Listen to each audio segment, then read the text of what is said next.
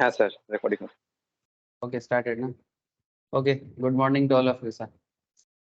अच्छा देखो sir, stock market में हम लोग हाल फिलहाल में एक बार फ्यूचर एंड ऑप्शंस कंप्लीट किए हैं और टेक्निकल भी कंप्लीट किए हैं। लेकिन वापस मैं बेसिक से कर रहा हूँ, तो जिन लोगों का बेसिक्स बाकी रह गया था वो कंप्लीट कर लो। जिनका टेक्निकल का बेसिक्स भी बाकी रह गया या टेक्निकल कंप्लीटली हुआ नहीं है वो भी कर लो सर, और फ्यूचर ऑप्शंस भी। जिसका जो भी बाकी है सभी के लिए ऑप्शंस है, कर लो। रिवाइज करना है कर लो, no issue with that. Offline online जैसे करना है कर लो, बट प्रेफरेबल कि अगर आप ऑफलाइन करोगे तो अच्छा रहेगा। ओके सर, ऑनलाइन भी ठीक है, जिसके लिए कोई उपाय नहीं है वो ऑनलाइन ही करे, आई नो दैट। अच्छा अमूल्यन दादा, चलो स्टार्ट करी ताले। स्क्रीन शेयर करता हूँ सर एक बार। अभी ना एक्चुअली ये ट्रेडिंग का ही पार्ट है सर, लेकिन ना मैं रिसेंटली सोचा कि थोड़ा सा बेसिक्स ओवरव्यू दे दिया जाए, ठीक है? क्योंकि मैंने बहुत दिन ना बेसिक्स के बारे में बताया नहीं, तो मुझे लगा कि काफ़ी स्टूडेंट्स को दिक्कत हो रहा है।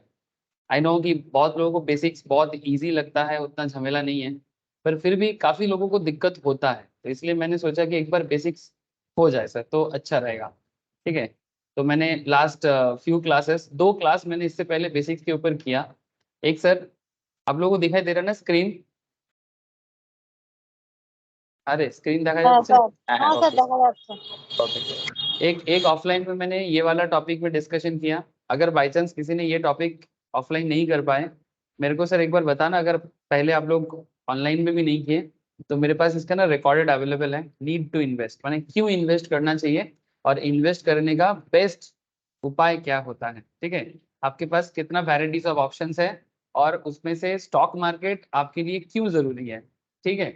अगर आप स्टॉक मार्केट के अलावा दूसरे सेगमेंट में जाना चाहोगे तो आपको क्या प्रॉब्लम फेस करना पड़ सकता है, उसका भी डिफरेंस दिया गया है। ऐसे बाकी सभी इंपॉर्टेंट है सर, हर एक सेगमेंट हम लोग इन्वेस्टमेंट आराम से कर सकते हैं, बट स्टॉक मार्केट आपको कुछ स्पेशल बेनिफिट्स देता है, इसीलिए लोग स्टॉक मार्केट के बारे में थोड़ा सा ज्यादा ही अट्रैक्ट होता है, ठीक है? लेकिन अट्रैक्ट होना एक चीज, जैसे मधुमक्खी की तरह, लेकिन अट्रैक्ट होने के बाद उसको एग्जीक्यूट करना, उसको समझना, उसके लिए थोड़ा सा time as well as patience भी देना पड़ता है।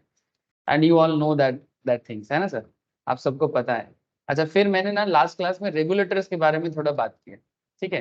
कि कौन ये मार्केट को चलाते हैं, रेगुलेटर्स एंड फाइनेंशियल इंटरमीडियरी। इसका भी अगर बाई चांस किसी ने नहीं कर पाया, प्लीज मेरे से ले लेना सर।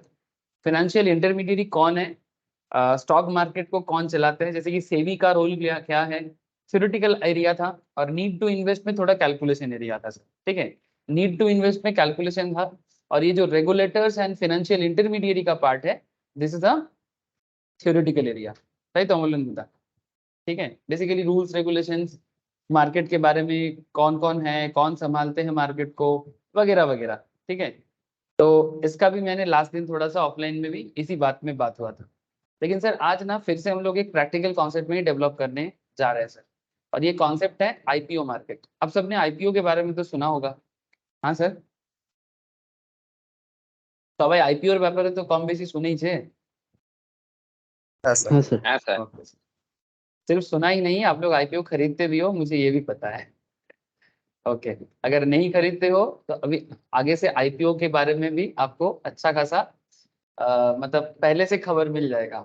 अच्छा, आप लोगों को सेबी का साइट दिखाई दे रहा है? देखो मैंने थोड़ा सा ना सेबी के वेबसाइट में थोड़ा सा मैंने एंटर किया, ऑनलाइन में जो लोग वो देख पा रहे हो, कल मैं ऑफलाइन में दिखाया था क्लास में भी।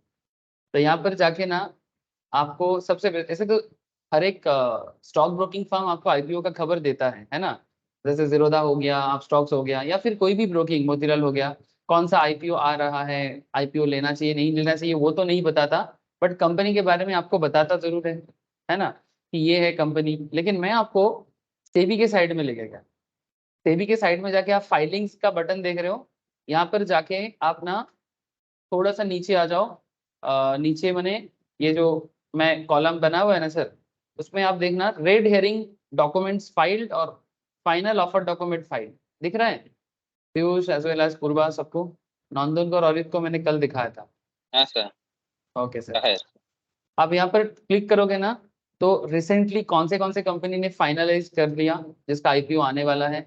और अगर आप यहाँ पर और एक चीज करोगे कि draft letter offer filed with SEBI, मैंने कौन सा कंपनी अपना ड्राफ्टिंग किया है कि मैंने सेबी के पास एप्लीकेशन जमा किया है, फिर सेबी उसको परमिशन देगा कि नहीं देगा वो तो टाइम का मैटर, क्योंकि सेबी सारा लीगल इश्यूज चेक करेगा, जब सेटिस्फाई होता है तब जाके परमिशन देता है। ठीक है, red prospectus document file with ROC, ROC माने रजिस्टर ऑफ कंपनीज। ठीक है, तो रजिस्टर ऑफ कंपनीज के पास भी आईपीओ का डिटेल्स जाता है और सेबी के पास तो आना ही पड़ेगा, बिकॉज सेबी है जो अल्टीमेटली आप एक कंपनी का मार्केट में आने का रास्ता देता है। समझ में आ रहा है? हम लोग स्टॉक मार्केट में आज 5-7 हजार कंपनी को बीएससी एनएससी मिला के देखते हैं ना सर। हाँ, ऑलमोस्ट बीएससी में ऑलमोस्ट 5000, एनएससी में ऑलमोस्ट 2500 समथिंग, है ना। तो 5-7 हजार कंपनी हम लोग रेगुलर बेसिस में मार्केट में रेगुलर देखते हैं। उसमें से ऑब्वियसली सबसे ज्यादा हम लोग निफ्टी 50 वगैरह ये सब देखते हैं, और आप सबको पता है हम लोग टेक्निकल क्लास में as well as option trading में ये सब बारे में बहुत ज्यादा बात करते हैं, लेकिन ये बेसिक्स है तो मुझे बेसिक्स लेवल में जाके ही बात करना पड़ेगा। नाउ पॉइंट इज दैट, आप देख सकते हो कि आप यहाँ से कंपनी का प्रोस्पेक्टस को डाउनलोड कर सकते हो, कंपनी का डिटेल्स को डाउनलोड कर सकते हो। डिटेल्स डाउनलोड करके आप कंपनी के बारे में एक खबर लगा सकते हो कि कंपनी क्या है, क्या काम करता है। ठीक है, अब जैसे आईपीओ का डेट आएगा आप कंपनी के बारे में पहले से थोड़ा सा पढ़ाई भी कर सकते हो। ऑब्वियसली कौन सा कंपनी है, क्या कितना पैसा लगाना चाहता है, मैंने मार्केट से रेज करना चाहता है, कंपनी का पीएल बैलेंस शीट का क्या सिचुएशन है, मैनेजमेंट रिपोर्ट क्या है, ये डाउनलोड करने से आ जाएगा। जैसे ये कंपनी का मैंने आप लोगों के सामने रखा, दैट इज IRM एनर्जी बोल के। ठीक है, अब इसका आ गया क्या? इसका मोस्ट प्रोबेबली नहीं आया, आने वाला है शायद, या आ चुका है, किसी को पता है?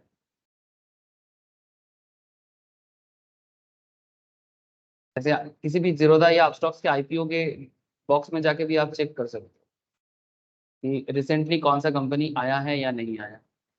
आई थिंक अभी सारे अनाउंसमेंट पोजीशंस पे हैं। लास्ट कंपनी जो लिस्टेड हुआ है 29 सितंबर को, that is plaza wires limited, इसके बाद और कोई आया नहीं है सर।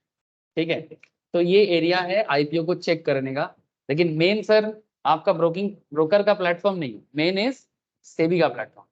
सेबी के प्लेटफॉर्म में से जैसे अगर आप देखेंगे ना, देखिए अमोलंजुदा, अगर मैं यहाँ क्लिक करूंगा ना तो ये जो DRH पे दिख रहा है ना, ये मुझे डायरेक्टली सेबी के साइड में ही लेके जाएगा। इसीलिए मैं सबको यही बोलता हूँ कि आप अपना ब्रोकर का प्लेटफॉर्म जरूर देखें, इजी टू यू, लेकिन मेनली है कि वो सेबी के प्लेटफॉर्म में ही आपको लेके जाता है। तो इसलिए आप डायरेक्ट भी जाके सेबी के प्लेटफॉर्म को चेक कर सकते हो, कंपनी के बारे में पहले से खबर लगा सकते हो। ठीक है, कि अगर ऐसे देखो, पहले से खबर लगाने का फायदा क्या है, आप पहले से रेडी रहोगे, है ना, कंपनी के बारे में पहले से थोड़ा जानकारी ले सकते हो। हाँ, अब फ्यूचर क्या है कि अगर सेबी परमिशन नहीं दिया तो थोड़ा चिंता होगा, लेकिन जब लिस्टेशन हुआ है, जब फाइलिंग किया है, तो 99% चांसेस है कि होगा।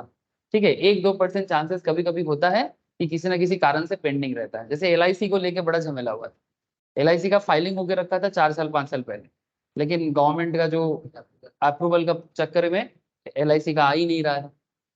ठीक है, तो ये अलग बात है सर, उसमें थोड़ा सा एक परमिशन से अप्रूवल का मैटर आ जाता है।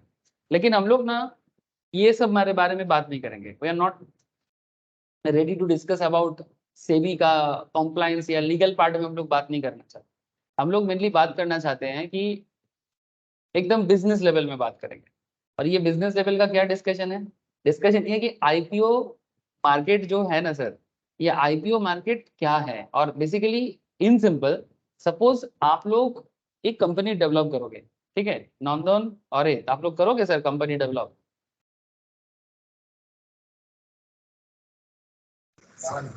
इच्छा तो चलो आज सर, ओके सर, हाँ इसीलिए मैंने पूछा, मुझे पता है तुम लोगों की इच्छा है।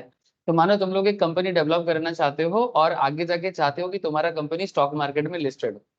ठीक है, तो मेरा करंट जो डिस्कशन एरिया है ये आपको यही चीज सिखाएगा कि एक कंपनी स्टॉक मार्केट में आता कैसे, माने ये जो पूरा जर्नी है, ये एक दिन में ही कोई स्टॉक मार्केट में नहीं आ जाए, इसके पीछे एक लंबा कॉन्सेप्ट है।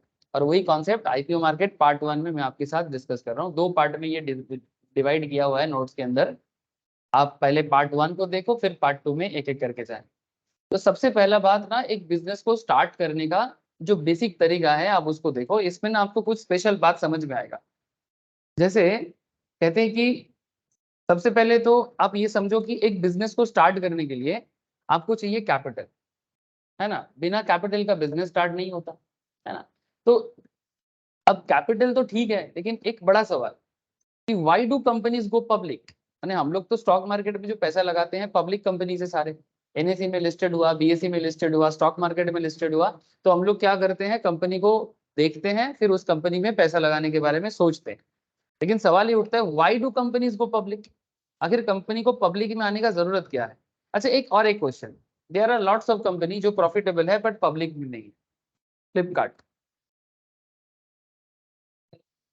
अच्छा खासा प्रॉफिट कर रहा है, पब्लिक में नहीं है। आप और भी कुछ कंपनीज का नाम बता सकते हो, जैसे मानो पेटीएम तो पहले प्राइवेट था, अभी तो पब्लिक हो गया है, ठीक है। लेकिन वेराइटीज ऑफ कंपनी, जैसे अगर मैं एकदम बेसिक लेवल में, जैसे गणेश आटा मैदा के बारे में मैं बहुत बात करता हूँ, हमारे आसपास में बड़ा दिखता है, highly profitable company but stock market में लिस्टेड नहीं है, ठीक है। लेकिन इनको भी पैसा चाहिए होता है, उसका भी अलग सोर्स ऑफ एरिया है जहां से वो मार्केट से फंड एक्वायर करता है। तो फिलहाल तो प्राइवेट हो या पब्लिक ये मैटर नहीं है। कोई बोलेगा सर प्राइवेट में पैसा कम मिलता है, पब्लिक में आने से पैसा ज्यादा मिलेगा, बात ऐसा नहीं है। प्राइवेट होके भी आपको अच्छा खासा फंड एक्विजिशन या सोर्स ऑफ फाइनेंस मिल सकता है, लेकिन आपको एक चीज देखना पड़ेगा कि जब आप पब्लिकली आ जाते हो, आपके पास थोड़ा एरिया ऑफ स्कोप बढ़ जाता है, जो फंड आपको पहले नहीं समझ में आ रहा था उसका एरिया मिल जाता है। तो वही एरिया है कि कैसे कैसे फंड का जरूरत पड़ता है, तो इसी के बारे में बात करेंगे। चलो सर थोड़ा सा आगे बढ़ते हैं, कहानी का स्टार्ट करते हैं। एकदम स्टार्टिंग पॉइंट अमरिंदर दा, देखो sir, origin of A business, एक बिजनेस का ओरिजिन कहाँ स्टार्ट होता है। वेरी सिंपल डिस्कशन, बहुत ही इजी है। आप सबको दिखाई दे रहा है? हाँ पीयूष, हाँ सर, देखो। Okay sir. तो एक बिजनेस का ओरिजिन देखो सर, आप लोग आगे जाके एंटरप्रेन्योर बनना चाहते हो तो आप लोगों के लिए बहुत जरूरी एक बात है सर, ठीक है। आप लोग एज एन एंटरप्रेन्योर आपको समझना पड़ेगा कि एक बिजनेस ऐसे ही स्टार्ट नहीं हो जाता, ठीक है, कि मन उठाया और बिजनेस कर लिए। हाँ ऑब्वियसली मन बनाना चाहिए, बट उसके पीछे का मेहनत देखो।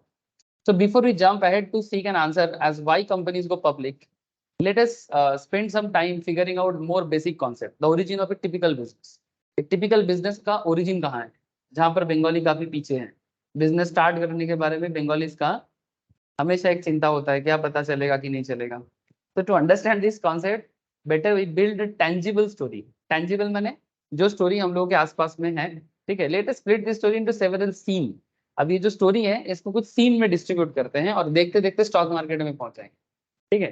तो चलिए क्या सीन है बिजनेस के अंदर, उसको थोड़ा सा गो थ्रू करते हैं। जैसे आप पहले देखो, पहला सीन है एंजल का सीन। एंजल कौन है, कोई बता सकते हो आप में से? Who is angel?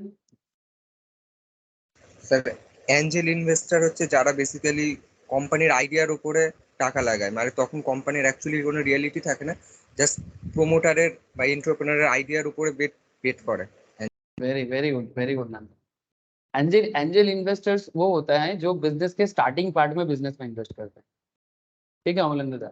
They are called angel investor. इसको एंजल इसलिए कहा जाता है, जैसे एंजल जैसे वो इंग्लिश में बोलते हैं ना परी, ठीक है, तो इट्स लाइक अ परी की तरह आके आपके बिजनेस में आपको हेल्प करेगा। इसके पीछे जैसे फ्रैंक रॉस का कहानी बड़ा ही दिलचस्प है, आप लोग फ्रैंक रॉस के बारे में तो सभी कोई जानते हो, ठीक है। फ्रैंक रॉस फार्मेसी या फिर फ्रैंक रॉस ग्रुप, ठीक है, कोलकाता बेस्ड कंपनी है। बड़ा ही फेमस कंपनी है आज के डेट में। उसका दो दोस्त है उनका, एक रामदेव अग्रवाल और एक रामदेव हाँ इमामी ग्रुप का, यस, ठीक है। रामदेव नहीं, सॉरी, राधेश्याम अग्रवाल एंड राधेश्याम गोयनका। तो जब ये लोग पहला स्टार्टिंग कर रहा था ना इमामी ग्रुप, तो इमामी ग्रुप कोलकाता में एक बंदा चार्टर्ड अकाउंटेंट था और एक बंदा मास्टर डिग्री कर लिया था कोलकाता से ही। तो फिर बिजनेस करने का भूत था, तो किसी एक का पापा, मुझे एग्जैक्टली पता नहीं कि किसका पापा, तो बोला कि भाई कुछ बिजनेस करके दिखाओ। तो ऑन दैट टाइम 20,000 के आसपास उनको मिला था, 1950-60s के आसपास। तो बड़ा बाजार में बोला कि ये कुंदन का ठेला लगाओ। कुंदन माने वो चूड़ी वगैरह ये सब जो लड़की लोगों का चीज होते हैं ना, कॉस्मेटिक्स टाइप का। तो बोले कुंदन का एक ठेला लो और बिजनेस करके दिखाओ। तो फिर 20,000 दिया और डुबा दिया। फिर डूबने के बाद फिर आया 20,000, कम नहीं होता सर 1960s के आसपास, ठीक है, काफी अच्छा खासा पैसा है 20,000 1960s। तो फिर वो लोग ना 20,000 डुबाने के बाद फिर एक का पापा बोल रहे कि तुम लोगों से कुछ नहीं होगा, बेकार में पैसा बर्बाद करोगे। फिर दूसरा जो भरोसा कर रहा था बोला एक 20,000 डुबाया, दूसरा 20,000 देते हैं। फिर 20,000 दिया, पर इस बार कुछ करके दिखाया। तो इस तरह से पहला स्टार्टिंग इस तरह से किया। फिर धीरे धीरे फार्मेसी और ये सब इमामी का जो भी प्रोडक्ट्स है आप लोग थोड़ा बहुत जानते ही हो। और रूबी में ही, आप लोगों के उधर ही रूबी में ही इसका हेडक्वार्टर है। देखा नंदन कभी इमामी का ऑफिस एकदम रूबी के रास्ते के ऊपर ही तो दिखता है। आई थिंक अभी भी होगा। আসলে রুবির ওদিকে সেরকম যাব जास ना, रूबी रूबी रूबी का जो मेन चारमाथा है ना, उसके थोड़ा सा पहले तुमको इमामी ग्रुप का बड़ा सा हेडक्वार्टर ऑफिस दिख जाएगा। तो जो भी हो, तो आज तो एक मल्टीनेशनल कंपनी है सर, ठीक है, काफी बड़ा कंपनी। तो मैं इसलिए थोड़ा सा आपको बताया कि ताकि आपको मैं कनेक्ट कर पाऊँ कि एक बिजनेस कैसे स्टार्ट होता है, उसका एक छोटा सा आइडिया मैं आपको प्रैक्टिकली दिया। एक बिजनेस का कहानी, ऐसे और भी कहानी है, सारा कहानी ढूंढने बैठेंगे तो मुश्किल हो जाएगा। अब आगे देखो कि यहाँ पर एक एग्जाम्पल दिया है कि organic cotton T shirt company, ठीक है। ऑर्गेनिक माने बेसिकली ऐसे चीज जिसमें केमिकल का यूज कम होगा, ऐसा एक टी शर्ट बनाने का एक एग्जाम्पल्स है यहाँ पर, ठीक है। आपको जो मर्जी आप करो, उसमें कोई दिक्कत नहीं। तो बोलते हैं कि design are unique and attractive price points and best quality cotton is used to make these T shirts. Now जो बिजनेसमैन है, मानो आप में से ही कोई ये कॉटन टी शर्ट का बिजनेस स्टार्ट करना चाहते हो, या फिर आप लोगों को तो मुझे पता है आप लोग ब्रोकिंग फार्म खोलना चाहते हो, आई नो दैट। इन लोगों का सब ब्रोकिंग फार्म खोलना है, स्टॉक ब्रोकिंग फार्म। ठीक है, अच्छा चलो सर, अभी आप लोग बाद में ना ये ऑर्गेनिक कॉटन टी शर्ट को ब्रोकिंग फार्म में कन्वर्ट कर देना, पहले किताबी बात पढ़ लेते हैं। तो जो बिजनेसमैन है वो कॉन्फिडेंट है अपने बिजनेस के बारे में, ठीक आप लोगों की तरह, ठीक है, and will be successful and all enthusiastic in launch the idea into business. और आपका जितना आइडिया है आप उसको ना बिजनेस पे लॉन्च करना चाहते हो। अब एक टिपिकल एंटरप्रेन्योर का टिपिकल प्रॉब्लम क्या है? एक टिपिकल एंटरप्रेन्योर का टिपिकल प्रॉब्लम ये होता है कि उसके पास पैसा नहीं होता है। सही तो पीयूष? पीयूष बोलेगा हाँ सर, क्या रे? হ্যাঁ স্যার, একদম। टिपिकल एंटरप्रेन्योर का टिपिकल प्रॉब्लम यही है कि उसके पास पैसा का कमती ऑलवेज होता है सर। सर यही तो इकोनॉमिक्स है, स्कार्सिटी है ना। इकोनॉमिक्स हमें यही सिखाता है कि स्कार्सिटी ही बिजनेस का main problem. So as a typical entrepreneur, he is likely to be hit by typical problem. Where would he get the money to fund the idea? कहाँ से पैसा मिलेगा इस आइडिया को फंड देने के लिए? अब यहाँ से स्टार्ट होता है बिजनेस का जर्नी। तो सबसे पहले आ जाता है एंजल इन्वेस्टर की बात। ये एंजल इन्वेस्टर हर बिजनेस को मिलता है, ईच एंड एवरी। टाटा को भी मिला था, रिलायंस को भी मिला था, सबको मिला था। रिलायंस का भी कहानी अगर आप देखोगे तो वो धीरूभाई अंबानी जब तेल का डिलीवरी का काम करने यमन गया था, यमन मिडिल ईस्ट में, तो यमन में जाके लोगों के दुकान दुकान में एक बड़ा सा पेट्रोल पंप पे काम करता था, पेट्रोल मैन्युफैक्चरिंग में। फिर वहां से घर घर में पेट्रोल बेचता था। फिर उसका जो मोटा भाई था, मोटा भाई मैंने गुजराती में बड़े भाई को मोटा भाई कहते हैं, तो जिसके थ्रू से गया था, उन्होंने बोला कि तेरे को सुपरवाइजर बना देंगे। तो तब धीरू भाई बोल रहे हैं कि नहीं नहीं, सुपरवाइजर नहीं बनाना है, मेरे को कुछ पैसा दे दो, और मेरे पास जितना पैसा है मैं इंडिया जाके तेल का फैक्ट्री बनाऊंगा। तो कुछ ना कोई आपको मिल जाता है जो आपको बिजनेस में स्टार्टिंग में हेल्प करते हैं। ऐसे धीरूभाई अंबानी का पापा जो थे वो तो स्कूल टीचर थे, उनके पास इतना पैसा कहाँ से आएगा? ऊपर से वो ये सब करता था ना धीरूभाई अंबानी का, वो उसका पापा पसंद नहीं करता था। और हाँ, एक जन उनको दिया था शादी के टाइम पे, उसका ससुर जी, ठीक है। धीरूभाई अंबानी अपने ससुर जी को बोला था, कोकिला बेन आज भी है, अभी भी जिंदा है, मैंने मुकेश एंड अनिल अंबानी का माता जी, ठीक है। कोकिला बेन, इसके नाम पे एक बहुत फेमस हॉस्पिटल है मुंबई में, कोकिला बेन हॉस्पिटल बोल के, स्कूल भी है मोस्ट प्रोबेबली। तो कोकिला बेन को शादी करने के टाइम पे उन्होंने अपने ससुर जी को बोला कि 5 साल दे दो, ठीक है, आपको करके दिखा दूंगा, ठीक है। तो सच में 5 साल तो नहीं सर, उससे पहले ही करके दिखाया। तो पॉइंट इज दैट, मैं यहाँ पर ये कहने का कोशिश कर रहा था। अब आप लोग क्या सोच रहे हो, ससुर से लेना है? हाँ पीयूष, फादर इन लॉ से लेने का सोच रहे हो क्या? सर वो दहेज हो একদম जाएगा, স্যার। डाउरी हो जाएगा, डाउरी इलीगल है, मत करना सर। আরে না, না স্যার, সেরকম না। বিজনেসে সাহায্য করবো তো। ओके ओके, अरे मैं मजाक कर रहा हूँ, सुनो सुनो, I am just joking sir, only for understanding আমি স্যার সিরিয়াसली বললাম। पर्पस। एंजल इन्वेस्टर्स, तो एंजल इन्वेस्टर्स का यही रोल प्ले है। वो आपका दोस्त हो सकता है, आपका फादर हो सकता है, पेरेंट्स हो सकता है, फादर इन लॉ हो सकता है, या फिर कोई ऐसे आजकल ना नॉर्मल एंजल इन्वेस्टिंग का बिजनेस भी है। मानो कि आपके पास करोड़ों रुपया है, आप ना लोगों के आइडिया पे इन्वेस्ट करते हो, तो आप एज एन एंजल इन्वेस्टर्स लोगों से आइडिया लेके उसके बिजनेस में पैसा लगा सकते हो। आपको आइडिया अच्छा है तो पैसे दे रहा है आइडिया। तो करके बोलो और रिटर्न भी, और बदले में उसको एक हिस्सेदारी चाहिए होता है, ठीक है, शेयर होल्डिंग ले लेता है। तो एंजल इन्वेस्टर स्टार्टिंग लेवल में बिजनेस का शेयर होल्डर बन जाता है, ठीक है, जो प्रोमोटर के साथ साथ ही बिजनेस के साथ आगे बढ़ता है। अच्छा, ये ना लोन नहीं होता, एक बात ध्यान रखना sir, this is not a loan, it is actually investment made by them. ये एक्चुअली इन्वेस्टमेंट है जो एंजल किसी और के बिजनेस पे करता है। ओके सर, आप लोग समझ रहे हैं, इजीली समझ गए। अच्छा सीड फंड, अच्छा अब सीड फंड, जैसे यहाँ पर एक कॉन्सेप्ट है सर सीड फंड का, ये बड़ा ही पॉपुलर एक फाइनेंशियल वर्ड है sir, seed fund. Seed fund माने बेसिकली जैसे धान का बीज बोने के लिए पहले हम लोग बीज को डालते हैं ना खेत के अंदर, तो एग्जैक्टली बिजनेस को भी बोने के लिए, मैंने बढ़ाने के लिए आपको पहले एक कैपिटल तो डालना पड़ेगा। तो जैसे मानो आपका जो ऑर्गेनिक कॉटन टी शर्ट का बिजनेस है, या आपका जो ब्रोकिंग फार्म का बिजनेस है, जो भी आप दिमाग में सोच रहे हो सर, आपको मिनिमम मानो 5 करोड़ का जरूरत है, just initial need of capital.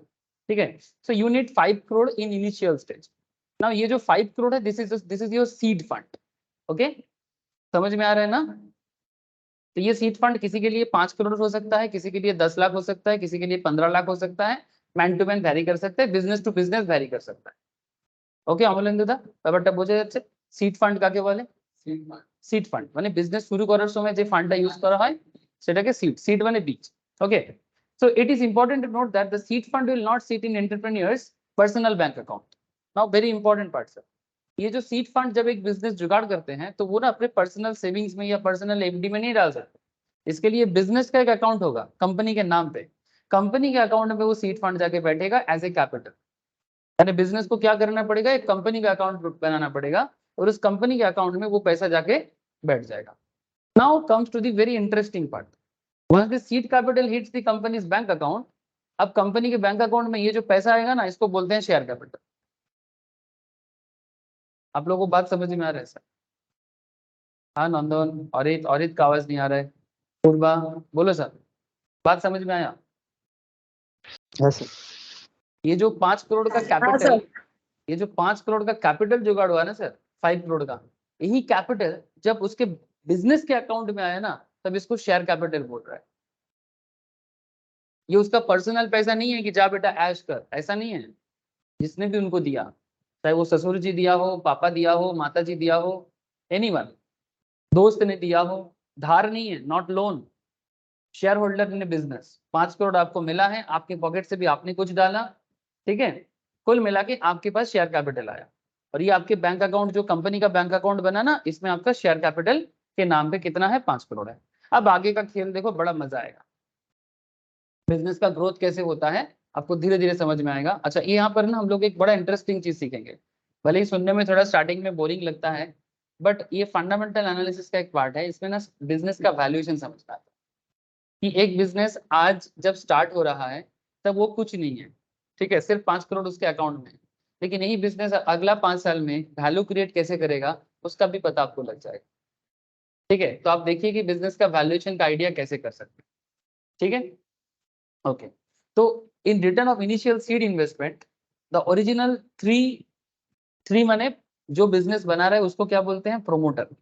Promoter माने सिर्फ जो बिल्डिंग बनाते हैं वो नहीं, प्रोमोटर माने एनीवन जो बिजनेस बनाते हैं। वो अलग बात की हमारी लोकल लैंग्वेज में प्रोमोटर का मतलब बिल्डिंग बनाने वाला हो गया, ठीक है। प्रोमोटर माने एनीवन जो बिजनेस डेवलप करते हैं। तो ओरिजिनल 3 तो प्रोमोटर प्लस 2 एंजल, एंजल माने जो उनको पैसा दिया, ठीक है, will be issued share certificate of the company. अच्छा, बदले में वो क्या किया, एंजल को शेयर सर्टिफिकेट दिया।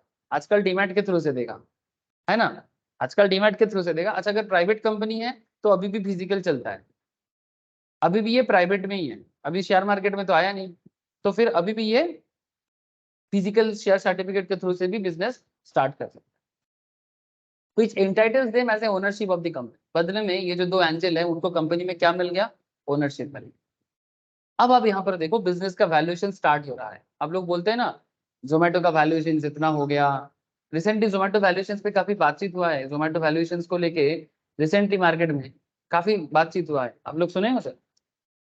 जोमेटो का शेयर किसी के पास है? हाँ सर, आप लोगों में से किसी के पास जोमेटो का शेयर है क्या? ना सर। कोई बात नहीं सर। सर आप देख सकते हो मोस्ट वैल्यूएबल कंपनी पे मार्केट कैपिटल, उसमें गूगल बता रहा है कि ऑलमोस्ट 11.33 बिलियन जोमेटो का वैल्यूएशन हुआ है, 11.33 बिलियन डॉलर, ये उसका वैल्यूएशन है, लेकिन बिजनेस अभी भी प्रॉफिट नहीं किया। वेरी इंटरेस्टिंग ना सर, अभी भी बिजनेस को प्रॉफिट नहीं हुआ, लेकिन बिजनेस का वैल्यूएशन 12 बिलियन हो चुका है।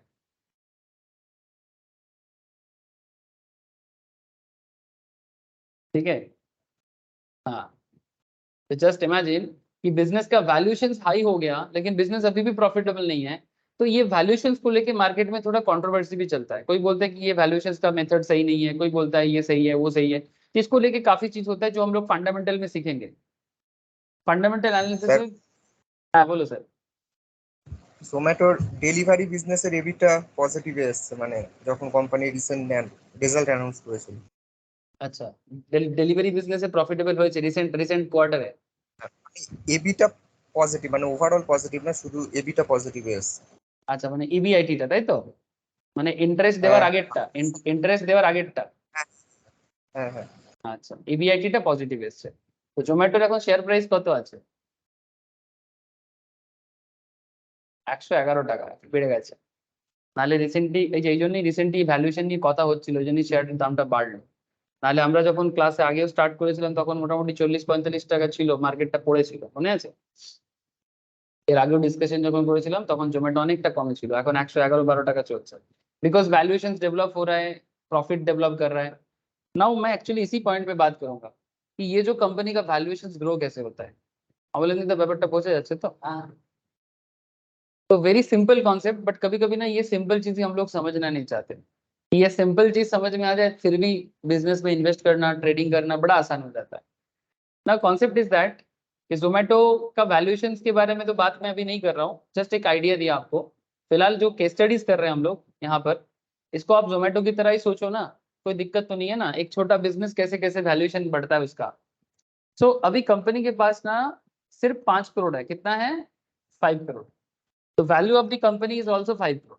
वेरी सिंपल, ठीक है। कंपनी के अकाउंट में है 5 करोड़, तो कंपनी का वैल्यूएशन से 5 करोड़, ठीक है। This is called the companies valuation. ये 5 करोड़ को कंपनी का वैल्यूएशन कहते हैं।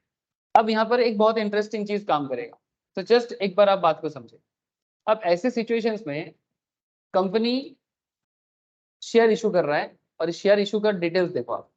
The company assumes that each share, हम কি করো তো, ঠিক আছে? এগিয়ে গেছে। তুমি একটা কাজ করো না, এখানটা চলে চেয়ারটা, তাই তোমারও দেখতে সুবিধা হবে।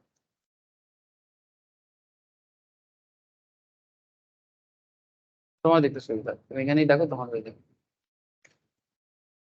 तो से for example 5 crore share capital है, और यहाँ पर बता रहे हैं कि कंपनी का नेट वर्थ देखो आप। कंपनी एक एक शेयर का दाम बता रहा है 10 टका, तो ये 10 टका क्या हो गया? फेस वैल्यू, ठीक है। तो company assume that each share is worth ₹10 and because there is a 5 crore as share capital, अगर शेयर कैपिटल टोटल 5 करोड़ का है और 10 टका अगर फेस वैल्यू है, तो हम लोग क्या बोलेंगे? शेयर कितना है पीयूष? कितना होगा शेयर बोलो? 5 करोड़ का 10 से डिवाइड 5 करोड़ डिवाइडेड बाई 10, इसका मतलब कंपनी के पास टोटल 50 लाख शेयर है। अब जितना बड़ा बिजनेस होगा सेम कॉन्सेप्ट में डिवाइड होके बिजनेस का share capital, number of share निकल जाएगा। और एक एक शेयर का वर्थ कितना हुआ? 10 रुपीज। मिनिमम 10 क्यों होता है? ये मार्केट प्रैक्टिस है, किसी भी चीज का एक मिनिमम वैल्यू करना चाहिए ना। तो 10 इज अ स्टैंडर्ड कॉन्सेप्ट, लेकिन आप देखोगे कि मार्केट में कभी कभी किसी शेयर का फेस वैल्यू 1 रुपी भी होता है, 5 टका भी होता है, बट स्टैंडर्ड है 1, 5, 10 ऐसा मेंटेन कर, ठीक है। तो ज्यादातर केस में 10 इज वेरी पॉपुलर, बट कभी कभी जब कंपनी स्प्लिट करता है ना, तो 10 का शेयर को 5 कर देता है। मैं आगे आगे बताऊंगा स्प्लिट क्या होता है। जब कंपनी स्प्लिट करता है ना बोलेंगे, तो आप देखेंगे कि कंपनी का शेयर पहले मानिए 100 रुपीज में चल रहा था, स्प्लिट कर दिया तो 100 का शेयर 50 हो गया, क्योंकि वो फेस वैल्यू को कट करता है, फेस वैल्यू को कट करके स्प्लिट करता है। तो ये एक फाइनेंशियल इवेंट है, मैं आगे आगे आपसे डिस्कस करता हूँ सर। बेसिक चर्चा है, ये सब बात थोड़ा सा होगा, ओके। तो in the context 10 is called face value. The face value could be any number if the face value is ₹5. Face value could be any number if face value is ₹5, तो फिर आपका नंबर ऑफ शेयर चेंज हो जाएगा।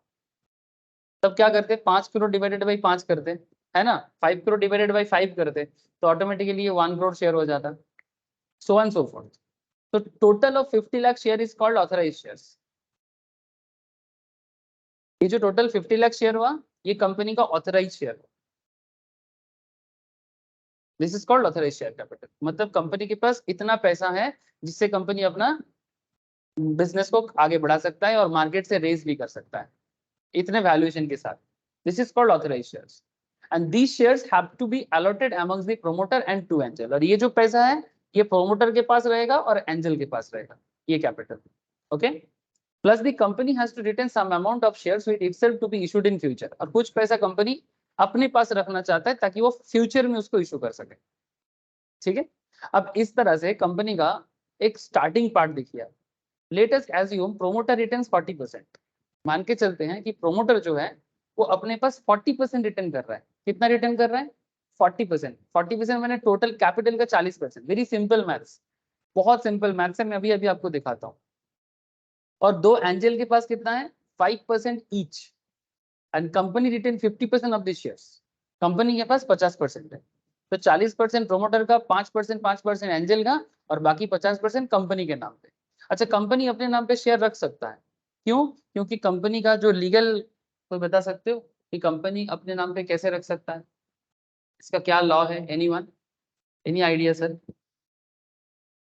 Company তো separate entity, তো তো নিজের নামে রাখতেই পারে, যেমন রিসেন্ট আইটিসি রেখেছে ওর হোটেল বিজনেস রাখে নিজের नाम.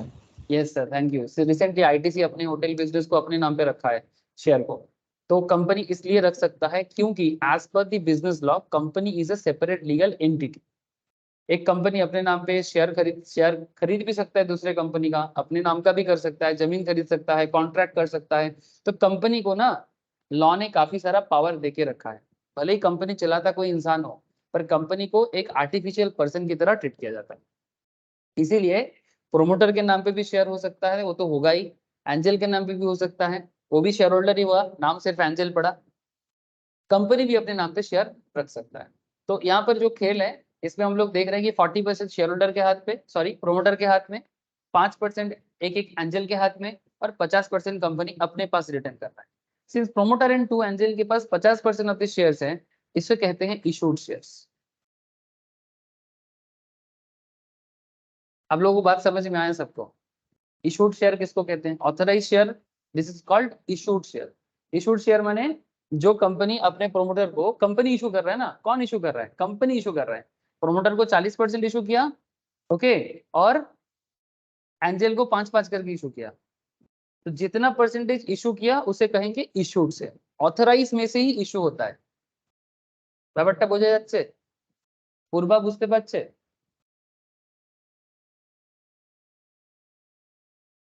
ओके, देखो सर, तो इनिशियल शेयर होल्डिंग पैटर्न देखिए आप. प्रोमोटर, एंजल 1, एंजल 2, जिसमें प्रोमोटर के हाथ में 40% है. अच्छा, 40% माने कितना नंबर शेयर होगा? 50 लाख का 50 लाख का 50 लाख का 40% माने 20 लाख. 20 लाख, सिंपल मैथ्स है. अच्छा, 50 लाख का 5% माने 2.5 लाख. और एंजल 2 को भी 5% दिया. 50 लाख का 5% एंजल 2 को मिला, उसके लिए भी 2,50,000. This is number of shares. इस तरह से शेयर होल्डिंग का कॉन्सेप्ट डेवलप होता है. This is how share holding pattern develop in real business. अभी आपको लग रहा है सर ये तो इमेजिनरी है. नहीं सर, ये इमेजिनरी इसलिए है क्योंकि हम लोग एग्जाम्पल कर रहे हैं. पर जब हम लोग रिलायंस का शेयर होल्डिंग पैटर्न देखते हैं, अदानी का शेयर होल्डिंग पैटर्न देखते हैं, या किसी भी बिजनेस का शेयर होल्डिंग पैटर्न देखते हैं, उसका शुरुआत इसी तरह से होता है.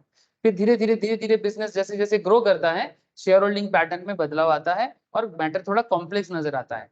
बट कॉम्प्लेक्सिटीज कुछ नहीं है अगर आपको जड़ पता हो. If you know the root matter, then complexity is not the big issue. Okay, अच्छा, अब आप मुझे बताओ, कंपनी के पास टोटल 50 लाख शेयर था, फेस वैल्यू 10 टका करके. ओके, तो 10 रुपीज फेस वैल्यू में कंपनी के पास टोटल 50 लाख शेयर था. 50 लाख में से इशू कितना हुआ? 25 लाख. 50 लाख में से इशू कितना हुआ? 25 लाख. सो 25 लाख माने कंपनी का, माने टोटल शेयर का होल्डिंग अगर देखा जाए तो 50% अभी होल्डिंग में है, 50% कंपनी के पास है. यही हो रहा है ना? कहते रहे पीयूष, नंदन, बोलो सर. सिचुएशन अभी तक क्लियर है? 50% कंपनी के हाथ में और बाकी 50% इशू हुआ है, माने शेयर होल्डिंग पैटर्न में बदलाव आया है. जैसे रिसेंटली एलआईसी के केस में भी तो यही हुआ. मेनली 100% गवर्नमेंट के पास में था, है ना, शेयर होल्डिंग. फिर गवर्नमेंट उसको डाइवेस्टमेंट किया, अब पब्लिक के हाथ में 5-7% आ गया. तो अभी सेंट्रल गवर्नमेंट के हाथ में अभी 95% है, बाकी 5% मार्केट में शेयर होल्डर के बीच में चल रहा है। ऐसे ही हुआ ना LIC का भी, क्योंकि वो गवर्नमेंट कंपनी है। ठीक है सर। अच्छा अब आगे बढ़ते हैं, सिचुएशंस में थोड़ा सा अभी मोड आएगा। ठीक है, the share holding pattern of this company would look something like balance 50% of the share, जिसका अभी भी मार्केट में इशू होना बाकी है, जो अभी भी ऑथराइज हालत में है। टोटल जिसका वैल्यूएशन है 25 लाख टोटल शेयर अभी भी कंपनी के हाथ में है, retained by the company, and these shares are authorised but not allotted. ये जो बाकी 25 लाख है जो कंपनी अभी भी अपने हाथ में रखा है, ये कंपनी के पास ऑथराइज तो है पर अभी भी कंपनी इसको अलॉट नहीं किया। तो जब भी कंपनी मार्केट से न्यू मनी रेज करने के बारे में सोचेगा, ये नॉट अलॉटेड वाला पैसा को ही रेज कर सकता है, अदरवाइज कंपनी के पास और कोई उपाय नहीं है। या तो फिर आपको अपना बिजनेस का वैल्यूएशन ग्रो करना पड़ेगा, जिसमें आपको फिर से ऑथराइज कैपिटल का परमिशन लेना पड़ेगा, फिर जाके आप मार्केट से पैसा रेज कर सकते हैं। ऑथोरिटी बढ़ाने के लिए वैल्यूएशन बढ़ाना पड़ेगा, ROC के पास, सेबी के पास ऑथोरिटी के लिए आपको बताना पड़ेगा कि भाई मेरा बिजनेस का वैल्यूएशन बढ़ा है, आपको दिखाना पड़ेगा क्या मार्केट कितना है, आपको फिर से पैसा मिला है कि नहीं। जैसे बाइजूस रिसेंटली, जो बाइजू बोल के जो private financial technological educational company, वो जिस तरह से अपना वैल्यूएशन को ग्रो किया था और धड़ाक से गिरा भी बहुत जोर से, क्योंकि वैल्यूएशन तो बढ़ गया था लेकिन बिजनेस को ऑपरेट करने में और अकाउंट्स को मैनेज करने में धोखा खा गया पूरा। तो अभी बहुत खराब हालत में है। इंडियन टीम को स्पॉन्सर किया है ना, इंडियन क्रिकेट टीम स्पॉन्सरशिप किया था, शाहरुख खान जैसे सबसे बड़ा सुपरस्टार को एडवर्टाइजमेंट किया था इंडिया का। तो वैल्यूएशन बढ़ा था बोल के ही कर पा रहा था, पैसा आया था उसके पास, लेकिन पैसा आने के बाद भी कंपनी को मैनेज नहीं कर पाया। सो मनी, आज पीयूष हम लोग शुरू में बोल रहे थे कि एंटरप्रेन्योर होने के लिए पैसा का जरूरत है। अब तुम देखो बाइजू के पास पैसा भर भर के आया, पर फिर भी बाइजू पैसा को मैनेज नहीं कर पाया, चलाना क्योंकि बिजनेस चलाने के लिए सिर्फ पैसा काफी नहीं होता, बिजनेस को मैनेज करना भी अपने आप में एक बहुत बड़ी चीज होता है। बात समझ में आ रहा है? ये लोग आप लोगों के लिए भी बहुत बड़ा सीख बन रहा है सर, बाइजू से सीखो। ठीक है, ठीक है, आपका माने फेलियर भी लोगों को सिखाता है। ठीक है, कितना वैल्यूएशन किया, वर्ल्ड मोस्ट वैल्यूएबल कंपनी बना था, वन ऑफ दी स्टार्टअप में से, फिर भी नहीं अपने आप को बना पाया। अभी देखो आगे कुछ कर सकता है कि नहीं, समय बताएगा। तो अभी भी कंपनी के पास कितना है, 50 लाख अभी भी ऑथराइज है, पर उसको अभी तक कंपनी अलॉट नहीं किया। Now backed by good company structure. अब ये कंपनी ना, एक मैं मान के चल रहा हूँ कि बिजनेस आगे बढ़ेगा तो कंपनी स्ट्रक्चर गुड ही ना मानेंगे, है ना। तो backed by good company structure, healthy seed fund and promoters kick start. Promoter जो है वो अपना बिजनेस को किक स्टार्ट कर रहा है, his business operations. He wants to move cautiously. So शुरू में ना आपको थोड़ा सावधानी बरतना चाहिए, इसलिए सावधानी बरतना चाहिए क्योंकि पता नहीं अगर थोड़ा ज्यादा रिस्क, जैसे बाइजू ने जो प्रॉब्लम किया, स्टार्टिंग में थोड़ा धीमा चलता तो अच्छा होता, इतना जल्दी जल्दी इंडिया के हर कोने कोने में सेंटर बना दिया, ठीक है, ऑनलाइन नहीं रह जाता, पैसा के बाद पैसा उठाया गया लेकिन उस हिसाब से मार्केट जनरेट नहीं कर पाया। तो थोड़ा धीमा चलता तो अच्छा होता उसके लिए, बट धीमा चला नहीं उसने, कॉशियसली की जगह वो ज्यादा एग्रेसिव चल पड़ा। आप लोग बात समझ में आ रहे सर आप? ठीक है, आपको स्टार्टिंग में थोड़ा कॉशियसली चलना चाहिए, पैसा आने से ही ना, यानी वो बंगाली में बोलते हैं धौरा के स्वरा गेहूं खरीदने, ऐसा नहीं करना चाहिए। थोड़ा धीमे चलता तो अगला 5-7 साल में बहुत बड़ा कंपनी बनने का जगह था, अभी भी है, देखते हैं क्या रेक्टिफाई करता है। Hence he decide to open just one small manufacturing unit। तो ये डिसाइड कर रहा है कि मैं स्टार्टिंग में सिर्फ एक ही स्मॉल मैन्युफैक्चरिंग यूनिट बनाऊंगा, ज्यादा नहीं करना है, पैसा है ठीक है, बट एक यूनिट बनाए पहले, और एक रिटेल स्टोर, एक मैन्युफैक्चरिंग हब और एक रिटेल स्टोर। बिजनेस का शुरुआत चल रहा है। अच्छा आप लोग मुझे बताओ सर एक बार, नंदन और ये क्लियर है बात, पीयूष? हाँ सर। तो ये है आपका हाँ, पहला, मतलब आप लोग भी मानो ब्रोकिंग बिजनेस स्टार्ट कर रहे हो या इन्वेस्टमेंट एडवाइजरी फार्म स्टार्ट कर रहे हो, आई नो आप लोगों को इच्छा है, तो आगे जाके आपको पहले एक ही सेंटर बनाना है, एक ही रिटेल स्टोर या एक ही एडवाइजरी फार्म ओपन करो, उसके बाद धीरे धीरे आप अपना स्टोर को, ब्रांच को बढ़ाने के बारे में सोचो, सिंपल बात है। अच्छा अब इस तरह से अभी काम आता है, अभी कौन आएगा, ये हो गया पार्ट 1, सीन 1 खत्म हो गया, पहला खत्म हो गया। अब बिजनेस का सेकंड पढ़ाओ, पैसा मिल गया, बिजनेस का शेयर होल्डिंग पैटर्न डिस्ट्रीब्यूट हुआ, मार्केट में शेयर इशू भी हो गया अपने 2-3 लोगों के बीच में, लेकिन अब आता है पिक्चर में वेंचर कैपिटलिस्ट। ये लोग कोई छोटा मोटा लोग नहीं होता, मार्केट में जो बड़े बड़े VC फार्म हैं, जैसे आप लोगों को पता होगा एक कंपनी है, कंपनी का नाम है, अरे सुमित को बड़ा प्यारा है, बहुत बोलता है मेरे को, क्लास में तुम लोग सुनते नहीं। हाँ, कंपनी का नाम है, अरे शार्क टैंक में आता है वो, जिसका आजकल ना मेमोरी लॉस हो रहा है मेरा, पता नहीं, बादाम तो खा रहे हैं पर फिर भी मेमोरी याद नहीं आ रहा है। एक बड़ा अच्छा ब्रांड है सर उस, .com हाँ हाँ बोल। शादी.com है। शादी.com उसी का है, उसका मेन कंपनी का नाम क्या है, नहीं एक एक बिजनेस है सर, उस ना मेनली वो इन्वेस्टमेंट ही करता है, उसका मेन, उसका खुद का कुछ नहीं था, वो सिर्फ लोगों के बिजनेस पे इन्वेस्ट करके ही अपने आप को बनाया, और वो बिजनेस काफी डेवलप किया। नाम याद नहीं आ रहा है। शादी.com, शादी.com तो कोई शेयर नहीं है, शादी.com नाम पे थोड़ी ना शेयर है सर। না না, ওটা তো লিস্টে।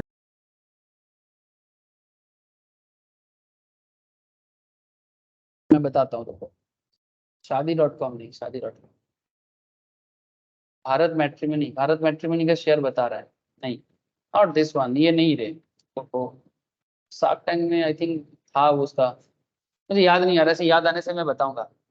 काफी अच्छा चला है बिजनेस, और आप मेरा भी शेयर था उसमें, लेकिन नाम याद नहीं आ रहा है कंपनी का।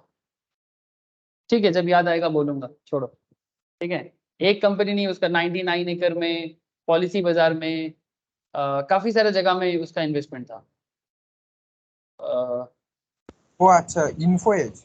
इन्फो एज, हाँ thank you sir, thank you. Info Edge ये मेनली वेंचर कैपिटलिस्ट बिजनेस है, ठीक है, इन्फो एज, ठीक है, इसका बिजनेस का स्ट्रक्चर ही यही है सर, ये मेनली लोगों के बिजनेस पे वेंचर कैपिटलिस्ट के रूप में इन्वेस्ट करता है एज ए VC। आप इसका पूरा स्ट्रक्चर पढ़ोगे ना, आपको पता लगेगा। इसका देखो शेयर एक मतलब कहाँ था हम लोग, मैं बात कर रहा 2018-19 के टाइम पे, जब मैं स्टार्ट किया था स्टॉक मार्केट क्लास मेनली, उस टाइम से मैं ये चीज बोल रहा हूँ कि तब तो 1300, 1400, 1500 था। उसके बाद इसका शेयर ग्रोथ होके देखो तो 2022 में हाईएस्ट था, 6000 का भी शेयर का दाम गया है। रिसेंटली इसके बिजनेस में थोड़ा सा न्यू वेंचर जो भी चूज करे उतना सही नहीं बना है, तो थोड़ा सा प्रॉब्लम हुआ है। इन्फोएज के नाम पे आपको, इसके इसका क्या क्या ब्रांड है मैं आपको बताता हूँ, ये देखो जीवनसाथी.com, अच्छा सॉरी शादी.com नहीं, जीवनसाथी.com, नौकरी, नौकरी बोल के जो पोर्टल है उसका, ठीक है, इस तरह का कंपनी मेनली इसका है, ठीक है, इन्फोएज का, ठीक है, जो एक जमाने में काफी अच्छा रिटर्न जनरेट किया है। अभी इसका बिजनेस में थोड़ा सा कॉम्पिटिटर बहुत हो गया है, सिमिलर काइंड ऑफ, प्राइवेट में भी काफी सारे हैं जो शादी.com, जीवनसाथी.com और भी चीजें हैं, नौकरी का भी काफी, लिंक्डइन वगैरह आ गया, तो अभी इनका मार्केट थोड़ा सा प्रॉब्लमेटिक में आ गया, लेकिन 2018-19 के टाइम पे एक मतलब मोनोपोली टाइप का बिजनेस किया। चलो ठीक है, आइडिया लग गया आपको, बस मैं यही बात कर रहा हूँ कि इसका मेन बिजनेस यही है कि दूसरे के बिजनेस पे पैसा लगाना, वेंचर कैपिटलिस्ट, ठीक है। तो यहाँ पर क्या है, सुमित अच्छा खासा पैसा कमाया सर इसमें से, इसलिए मैं मेरे को बार बार बोलता है, तुमको बोला था, तुमको बोला था बोल के। So his hard work pays off and the business starts to pick up. At the end of the first 2 years of operation, the company starts to break even. तो अब यहाँ पर एक चीज देखो कि कंपनी स्टार्ट हुआ, धीरे धीरे बिजनेस पिकअप लेना स्टार्ट किया, और फिर आपका बिजनेस ना ब्रेक इवन स्टेज में आया। कहाँ पर आया sir? Break even stage. Break even stage माने no profit no loss situation. आप 2-3 साल बिजनेस कर रहे थे, बट ना तो आपको प्रॉफिट हो रहा था बहुत ज्यादा, और ना ही आप लॉस में जा रहे थे। अब धीरे धीरे आप उस सिचुएशंस पे आ गए जब आपका बिजनेस ब्रेक इवन में है, बट ब्रेक इवन में आना बहुत जरूरी है। जब आप लोग फाइनेंशियल मैनेजमेंट या कॉस्टिंग पढ़ोगे, आपको ब्रेक इवन पॉइंट के ऊपर कैलकुलेशंस भी सिखाया जाता है। जो लोग लिवरेज स्ट्रक्चर का पढ़ाई किए हो फाइनेंस का क्लास में, आप लोगों में से जो भी पढ़ते हो फाइनेंस का क्लास, उनको पता होगा कि वहां पर हम लोग एक लिवरेज स्ट्रक्चर की पढ़ाई करते हैं। वहां पर ना ब्रेक इवन पॉइंट कैलकुलेशन कैसे करते हैं फाइनेंशियली, उसका पूरा स्ट्रक्चर सिखाया जाता है। चलो ठीक है, मैं उतना डेप्थ में नहीं जाऊंगा, फिलहाल इतना बताऊंगा कि ब्रेक इवन में रहना बिजनेस के लिए जरूरी इसलिए है क्योंकि ब्रेक इवन होगा तो उसके बाद ही आप धीरे धीरे प्रॉफिट में आओगे, और इसके बाद आपका बिजनेस धीरे धीरे ग्रो करेगा। प्रोमोट, हाँ बोलिए। हाँ exactly, this is the situation, thank you. The promoter is now no longer a rookie business owner. रूकी माने स्टार्टअप, और स्टार्टअप नहीं है ये, यानी स्टार्टिंग सिचुएशंस में नहीं है ये, अभी आगे बढ़ गया, इसका नॉलेज बढ़ गया, इसका एक्सपीरियंस बढ़ गया, ठीक है। और धीरे धीरे इसका बिजनेस अभी कॉन्फिडेंट में चला गया। अब ये कॉन्फिडेंट फील कर रहा है अपने बिजनेस को लेकर। अब इसका कॉन्फिडेंस इसको बैक कर रहा है, ध्यान से देखिए। backed by his confidence, the promoter now wants to expand his business by adding one more manufacturing unit. वो चाहता है कि मैं और एक मैन्युफैक्चरिंग यूनिट डेवलप करूं, ठीक है।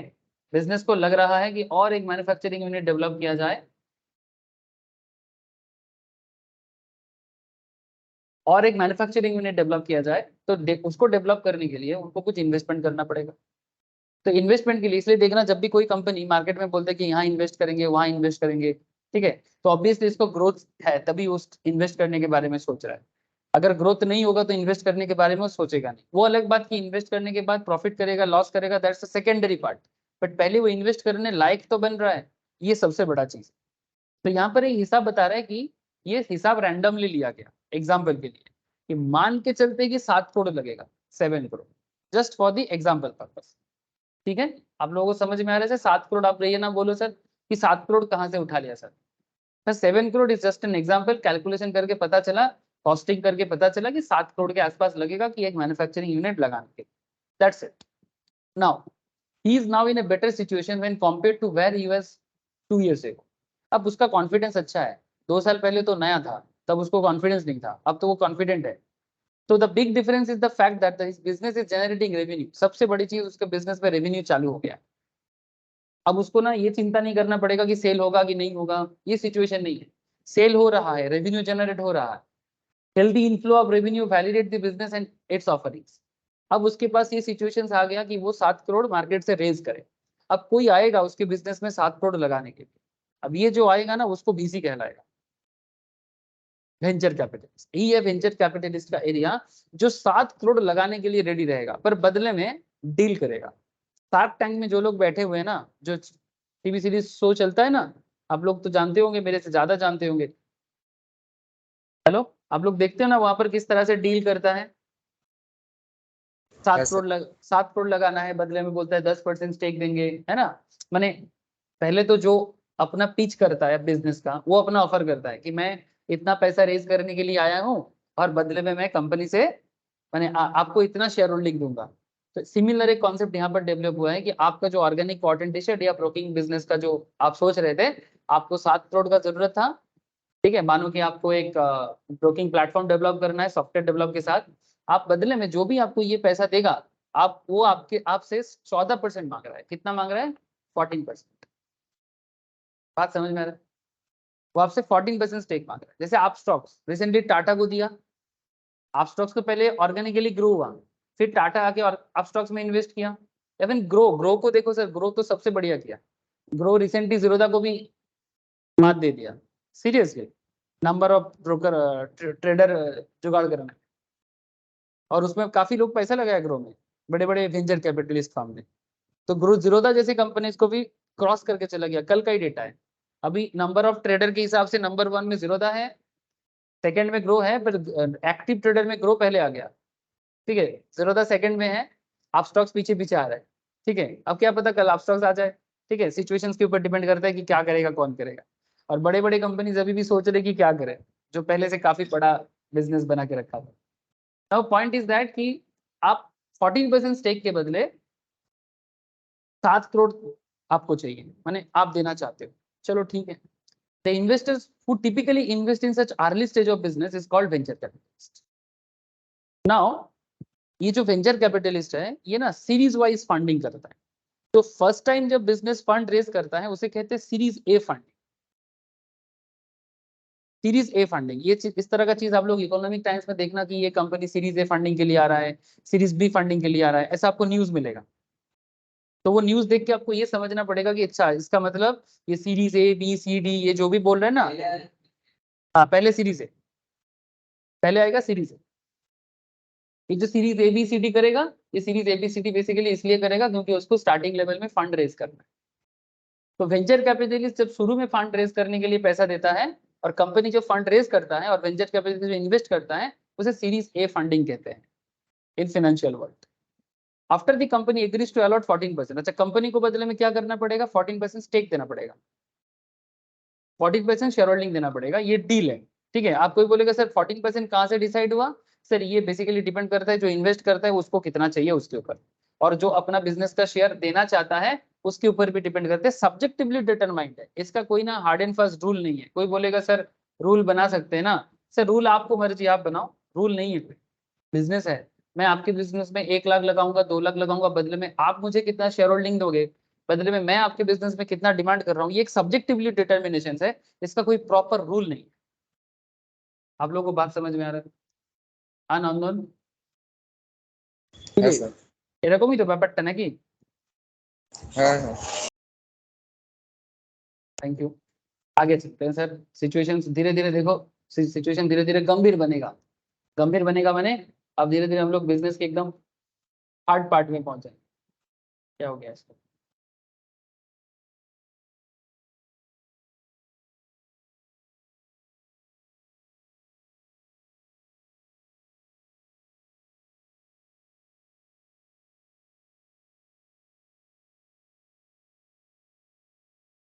अब जैसे ही वेंचर कैपिटलिस्ट जैसे ही बिजनेस में आया, शेयर होल्डिंग पैटर्न में बदलाव आ गया। ठीक है, जैसे ही वेंचर कैपिटलिस्ट आया शेयर होल्डिंग पैटर्न में बदलाव आ गया। अब शेयर होल्डिंग पैटर्न में क्या बदलाव आया? अब देखो आपके पास टोटल कितना शेयर था? 50 लाख शेयर था, है ना? Out of 50 lakh shares 20 lakh तो प्रोमोटर के हाथ में है, 2.5 लाख एंजल 1 के हाथ में है, 2.5 लाख एंजल 2 के हाथ में है, तो 40% प्रोमोटर के हाथ में, 40%, 5% एंजल 1 के हाथ में, एंजल 2 का 5%, और वेंचर कैपिटलिस्ट के हाथ में 14%। अब हिसाब क्या है देखो, 14% के बदले टोटल 7 करोड़ कैपिटल दिया, तो 7 करोड़ को डिवाइड करो 10 से, तो कितना हो जाएगा? नहीं, इस तरह से नहीं कर सकते। 7 लाख इक्वल्स टू 14%। 7 करोड़ वो बिजनेस में डाल रहा था, 7 करोड़ वो बिजनेस में दे रहा है, लेकिन शेयर होल्डिंग पैटर्न कैसे होगा? 14% के हिसाब से होगा। मैंने आप ऐसे हिसाब करोगे, कोई कुछ बोल रहे हो, बोलो सर। তো ভ্যালুয়েশন বার করছে, हाँ वैल्यूएशन बोलो ना, ये 7 लाख 50 कैसे आया? কোটির valuation, 50 लाख 50 शेयर 50 মানে মানে যদি 14% স্টেক নিয়ে আমি 7 কোটি টাকা দিয়ে, তাহলে 50 কোটির ভ্যালুয়েশন, আর ওই 7 লাখ শেয়ার তো যেটা বিজনেসের কাছে ছিল ওখান থেকে ইস্যু করবে। हाँ, बिजनेस के पास 50 लाख शेयर था, उसमें से 7 लाख इशू कर रहा है। बिजनेस के पास 50 लाख शेयर था, उसमें से 7 लाख इशू कर रहा है, तो ओवरऑल बिजनेस का वैल्यूएशन कितना बन जा रहा है? यही कॉन्सेप्ट है कि 14% के बदले অনন্ত দা এটা বলুন, 14% এর বদলে যদি আমি 7 কোটি টাকা দিই তাহলে টোটাল বিজনেসের ভ্যালুয়েশন কত হবে? 14% এর বদলে 7 কোটি, তাহলে তাহলে টোটাল বিজনেসের 100% ভ্যালুয়েশন কত হচ্ছে? 50 কোটি হচ্ছে, তাই তো? হ্যাঁ স্যার। হ্যাঁ, के 7 डिवाइड बाय 14 into 100 100, हाँ 7/14 इंटू 100, 7 डिवाइडेड बाई 14 इंटू 100। ठीक है, मैं कैलकुलेटर में कंप्यूटर में कर देता हूँ, बाद में जो लोग रिकॉर्डिंग देखेगा काम आएगा। 7 crore 7 divided by 14 into 100, basically 50 crore का वैल्यूएशन हो गया है ना? अब 50 करोड़ में से, अब 50 करोड़ में से 50 करोड़ का 50 करोड़ में से यहाँ पर क्या है खेल हुआ देखो, 50 करोड़ में से आपने इशू कितना किया? तो ये आपका इधर हो गया 40%, इधर हो गया 5%, इधर हो गया 5%, और इसको दे दिया 14%, तो टोटल आपका इशू कितना है? 64%। तो 100% का वैल्यूएशन अगर 54%, सॉरी 100% का वैल्यू अगर 50 करोड़ है, तो 60% का वैल्यूएशन कितना हो जाएगा? ये 32 लाख इस तरह से आ गया परसेंटेज बेसिस में। ठीक है, इसके पास 20 लाख शेयर है, इसके पास 2.5 लाख शेयर है, इसके पास 2.5 लाख, इसके पास 7 लाख शेयर होगा। 36% এখনো কোম্পানির হাতে আছে, এখনো কোম্পানির হাতে আছে। अब कंपनी का वैल्यूएशन चेंज हो गया, कंपनी के हाथ में अभी भी 36%। हाँ बोलो सर। 64% এর ভ্যালুয়েশন তো 32 করোড় হচ্ছে।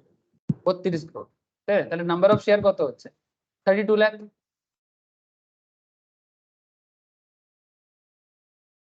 64% होल्डिंग में नंबर ऑफ शेयर कितना हो रहा है? वो तो बेसिकली टोटल करके मिल जा रहा है 20 लाख, 2 लाख 50, 2 लाख 50 एंड 7 लाख। कुल मिला के 32 लाख, इसको टोटल करने से 32 लाख आ जाएगा सर। और आप लोग जो हिसाब लगाए देखो 40% प्रोमोटर के हाथ में, एंजल 1 के हाथ में 5%, एंजल 2 के हाथ में 5% और वेंचर कैपिटलिस्ट के पास 14%। वो तो डील ही हुआ है 14% का। 14% के बदले वो कंपनी को 7 करोड़ दिया, तो 7 करोड़ के बदले अगर 14% मिला है तो टोटल कंपनी का वैल्यूएशन कितना हो गया? 50 करोड़ का। ठीक है, लेकिन 50 करोड़ कंपनी का वैल्यूएशन हुआ है, बट कंपनी के पास थोड़ी ना 50 करोड़ है, अभी वैल्यूएशन हुआ है। आप लोगों को बात समझ में आया कि नहीं आया? बोलो सर, डाउट है तो भी बोलो। हाँ सर। कंपनी का वैल्यूएशन 50 करोड़ हुआ है, कंपनी के हाथ में वैल्यूएशन नहीं आया। ठीक है, देखो वही बात कहना चाहता है, the balance 36% share is still retain in the company. अब इसी को कंपनी धीरे धीरे और इशू करेगा जैसे जैसे जरूरत पड़ेगा। The VC is valuing the entire business at 150 crore. Venture capitalist पूरा बिजनेस का वैल्यूएशन को 50 करोड़ बना दिया और उसका स्टेक है 14% स्टेक, जिसके बदले उसने कंपनी को 7 करोड़ दिया। अब इनिशियल वैल्यूएशन 5 करोड़, पहले स्टार्ट जब किया था 3-4 साल पहले तब 5 करोड़ से स्टार्ट किया था, क्योंकि कैपिटल 5 करोड़ का लेके थे। लेकिन 4-5 साल में बिजनेस 50 करोड़ का वैल्यूएशन में आ गया, 10 fold increase in companies valuation. इसी को कहते हैं गुड बिजनेस प्लान, जो धीरे धीरे आपके वैल्यूएशन को ग्रो करता है और इसी तरह शेयर का वैल्यू बढ़ता है। ठीक है, क्योंकि बिजनेस का गुडविल नहीं बोलेंगे इसको बोलेंगे कि रेगुलर रेवेन्यू का फ्लो और इन्वेस्टर का अट्रैक्शन, जो ऑटोमेटिकली बिजनेस वैल्यूएशन को बढ़ाता है। इसीलिए हम लोग देखते हैं कि जिस बिजनेस का शायद उतना प्रॉफिट भी नहीं हुआ है, ठीक है, चाहे आप इन्फो एज को देख लो, ये वैल्यूएशन के कारण ग्रो किया था। ये जो 1000 का शेयर 3000 में पहुंचा था या 4000 5000 में पहुंचा था, ये एक्चुअली वैल्यूएशन के कारण हुआ था। इस चीज को समझ लिया तो स्टॉक इन्वेस्टमेंट मजा आ गया। अगर हमको पता चल जाए ना कि इस बिजनेस में रेवेन्यू जनरेशन बढ़ सकता है, चाहे भले ही कंपनी प्रॉफिटेबल ना हो उतना ज्यादा, फिर भी जब इनिशियल स्टेज में हम इसको समझ गए ना, तो आप इनिशियल स्टेज में कंपनी का स्टॉक को होल्ड करके पकड़ के रख सकते हो। चीजें समझना बहुत ही ईजी है, बट इसका बेसिक कॉन्सेप्ट है।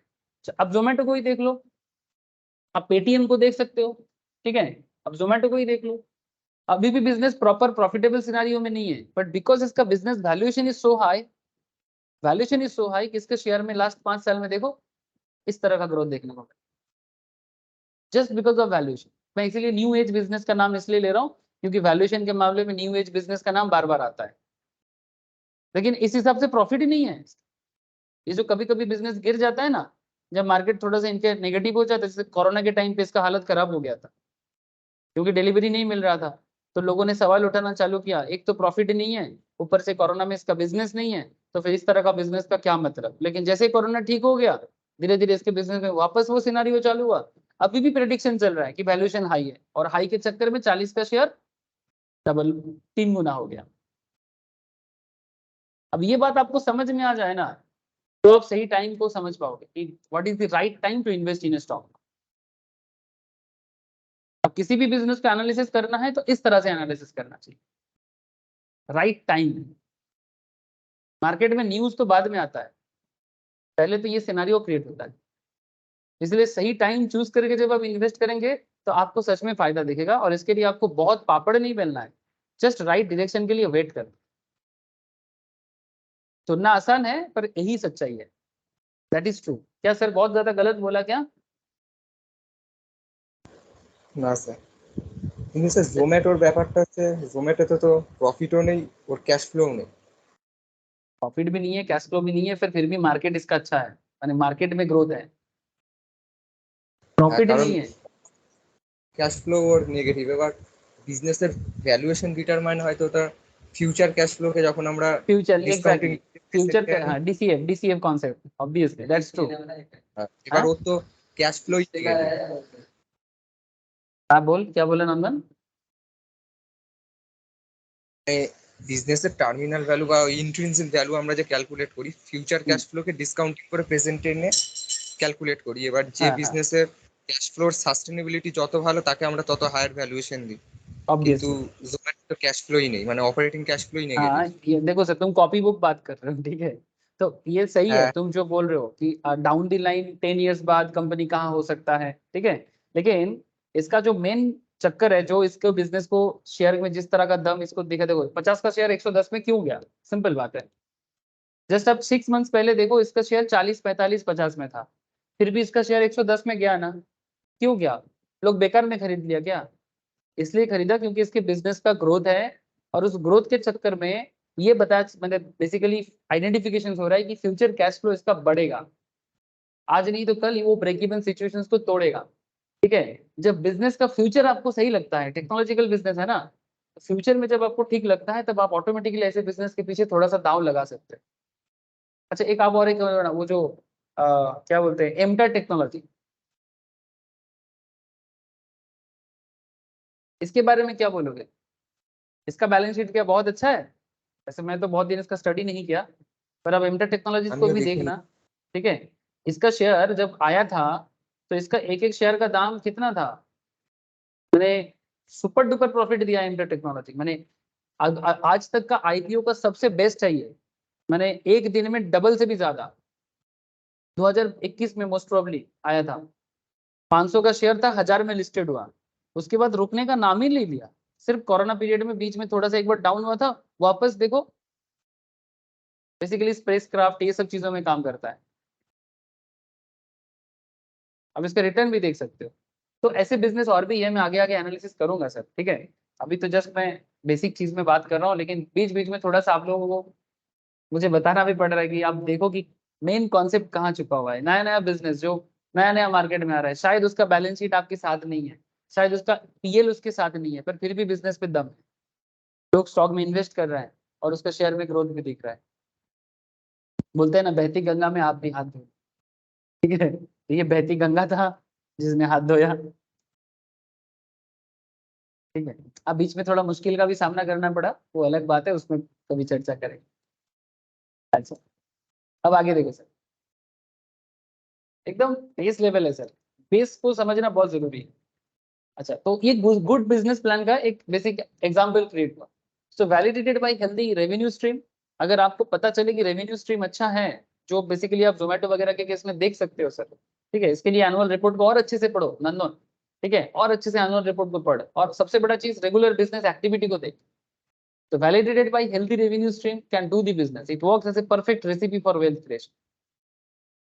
Revenue creation is the main part, अगर ये ठीक ठाक होता रहे तो फ्यूचर अच्छा रहेगा। This is very basic concept. So with the valuation going up, investment made by initial investors, ये बिजनेस को इम्पैक्ट करेगा। अब ये इम्पैक्ट क्या हो रहा है आप देखो, अब खेल में बदलाव। अब third stage holding pattern, business का थर्ड स्टेज, हार्डली 5-7 साल हुआ है बिजनेस, प्रोमोटर के पास 40% था, जिसके बदले उसका वैल्यूएशन कैसे था, 2 करोड़ का, 20 लाख शेयर था ना। ठीक है, तो 20 लाख शेयर 10% करके, और एक्चुअली वैल्यूएशन कैसे बढ़ गया, इस तरह से नहीं सर, 50 करोड़ का बिजनेस था, 50 करोड़ का 40%, वैल्यूएशन 50 करोड़ का हो गया था ना। आप लोगों को समझ में आया 2 करोड़ कैसे आया प्रोमोटर का? 7%, 7 करोड़ के कारण 14% गया, तो टोटल बिजनेस 50 करोड़ का हो गया, तो 50 करोड़ का 40% प्रोमोटर के पास चला गया, तो 2 करोड़ उसका हो गया। और जो एंजल ने पैसा लगाया था, जिसके पास 5% स्टेक था, ठीक है, उसका हो गया 25 लाख, एंजल 2 का हो गया 25 लाख, क्योंकि सेम था दोनों का। अब वेंचर कैपिटलिस्ट तो अभी आया है, उसका तो कुछ अभी वैल्यूएशन बढ़ेगा, वो तो अभी इन्वेस्ट किया। ये सिचुएशंस क्लियर है सर? ठीक है, तो इनिशियली था इसका 2 करोड़, इसका 25 लाख, इसका 25 लाख। ठीक है, अब 2 साल बाद वैल्यूएशन बढ़ गया, देखो 20 करोड़ का, 2.5 करोड़ का, 2.5 करोड़ का, 50 लाख, 50 करोड़ के हिसाब से, 50 करोड़ के हिसाब से, क्योंकि बिजनेस वैल्यूएशन 50 करोड़ का हो चुका है। ये तो 5 करोड़ के टाइम के था, 5 करोड़ का 2 करोड़ 40% होता है, और 50 करोड़ का 40% 20 करोड़ होता है। तो इस तरह से इसका 20 करोड़, इसका 2.5 करोड़, इसका 2.5 करोड़, जो 25 लाख लगाया था 5-7 साल में, ये 2.5 करोड़ हो गया, ये भी 2.5 करोड़ हो गया सर, जस्ट बिकॉज क्योंकि बिजनेस में पैसा आना चालू, क्योंकि बिजनेस में पैसा आना चालू। सुनने में अजीब लगता है, but that is the hardcore truth. इसी तरह से बाइजू का भी वैल्यूएशन हुआ है, इसी तरह से फ्लिपकार्ट का भी वैल्यूएशन हुआ है, इसी तरह से पेटीएम का भी वैल्यूएशन हुआ है। This is the very basic concept, इसका और भी पैरामीटर है जो फंडामेंटल में चर्चा होता है, लेकिन बेसिक कॉन्सेप्ट है। तो वेल्थ क्रिएशन कितना हुआ, 10 टाइम्स, 5 सालों में 10 टाइम्स वैल्यूएशन क्रिएट हुआ है। अब खेल में सिचुएशन थोड़ा बदलेगा। अब देखो बिजनेस एक सर्टेन पोजीशंस में पहुंच गया, बिजनेस अभी रेगुलर प्रॉफिट भी कर रहा है, एफिशिएंटली बिजनेस ऑपरेट भी हो रहा है, बेटर प्रॉफिट के लिए भी कंपनी सोच रहा है। अब कंपनी और ग्रोथ के बारे में सोच रहा है। अब जब कंपनी ग्रोथ के बारे में सोच रहा है, अब बैंकर का कॉन्सेप्ट है। बड़ा सिंपल बात है, क्योंकि इससे पहले बैंक लोन नहीं दे रहा था, पर अब तो बिजनेस पे दम है, बिजनेस का एसेट है, 2 फैक्ट्री है, 2 शोरूम है। अब बैंक के पास जाएगा तो बैंक लोन देगा कि नहीं देगा? हाँ बोलें दादा, हाँ एबारे बैंक बैंक बैंक लोन देवे तो, क्योंकि इससे पहले तो बिजनेस में कुछ था नहीं, तब बैंक इग्नोर करता। लेकिन अब बिजनेस के पास फैक्ट्री है, बिजनेस के पास सब कुछ है, अब बिजनेस लोन देने के लिए बैंक भी रेडी रहेगा। लेकिन देखना पड़ेगा लोन लेने से, जैसे अदानी का अगर आप देखो, अदानी के पास बहुत लोन है। अदानी का बैलेंस शीट चेक करोगे ना, उसका loan, specially Adani port, highly डेप्ट। क्या सर सही बोल रहा हूँ ना मैं? अदानी पोर्ट का डेप्ट का एरिया देखे हो आप लोग? है ना? हाँ, सर। रिसेंटली जब उसके बारे में केस हुआ था, वो इंडियन बार का, तो धड़ाधड़ अपना लोन रिपे कर रहा था। न्यूज नहीं देखा? वो यही बताने के लिए हाँ, लोग सर। लोग अदानी पे क्वेश्चन कर रहा था कि जबरदस्ती सरकार का फेवर लेके, गवर्नमेंट का फेवर लेके लोन रिपे नहीं करना चाहता है, मालिया की तरह भागना चाहता है, विजय माल्या की तरह। ठीक है, तो अदानी बोला नहीं भाई, मैं भगोड़ा नहीं हूँ, मैं अपना लोन रिपे करना जानता हूँ। इसलिए काफी सारा लोन बहुत जल्दी जल्दी उसने रिपे किया, इसलिए शेयर ग्रोथ में थोड़ा दिक्कत हुआ, क्योंकि लोन रिपे करेगा तो बिजनेस इन्वेस्टमेंट रुक गया ना।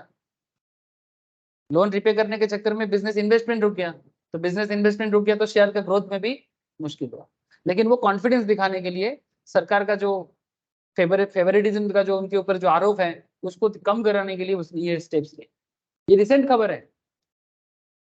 तो 3 more years passed by and the company is phenomenally successful. Company decide to have a retail presence at least 3 more cities. Company चाहते हैं कि और 3 cities में जाए, अपना रिटेल शोरूम खोले, यानी बेसिकली अपना बिजनेस को बढ़ाना चाहता है। So whenever a company plans such expenditure to improve the overall business, the expenditure is called capital expenditure or simply capex. जब कंपनी अपने बिजनेस को और इंप्रूव करना चाहता है, उस टाइम पे कंपनी के पास जो एक्सपेंडिचर करने का ताकत आएगा, उसे कैपिटल एक्सपेंडिचर या कैपेक्स कहेंगे। क्या कहेंगे? कैपेक्स, या इन पूरा नाम पे बोलते हैं कैपिटल एक्सपेंडिचर। अब आप यहाँ पर थोड़ा सा ध्यान दो। अब कंपनी का मैनेजमेंट एस्टिमेट करके बता रहे 40 करोड़ का पैसा चाहिए, क्योंकि अभी बिजनेस को मल्टीनेशनल करना है, ग्रोथ फेज। 40 करोड़ चाहिए, इंडिया के बाहर भी बिजनेस को लेके जाना है। अब कंपनी के पास 2-3 ऑप्शन है, शेयर के अलावा और भी ऑप्शन आ गए। शेयर में कंपनी को एक चिंता भी होता है, लोगों से पैसा लेने के बाद रिटर्न नहीं दे पाएंगे ना, तो लोग भरोसा टूट जाएगा। अब कंपनी सोच रही है कि भाई मेरे पास अभी लोन लेने का भी जगह है, तो there are very few options the company raise the required funds of their capex. अब क्या क्या ऑप्शंस है? Company has made a profit of over the last few years, तो कंपनी अपना प्रॉफिट को यूज कर सकता है, जिसको बोलते हैं इंटरनल एक्रूअल। कंपनी खुद के प्रॉफिट का जो रिजर्व का पार्ट है, उसको यूज कर सकता है, that is called internal accrual, या फिर इसका एक और एक नाम है रिटेन अर्निंग। इंटरनल एक्रूअल, या फिर इसको कंपनी का रिटेन अर्निंग भी बोल सकते हैं, जो कंपनी अपने रिजर्व सरप्लस से उठा सकता है। हेलो, हाँ, सर।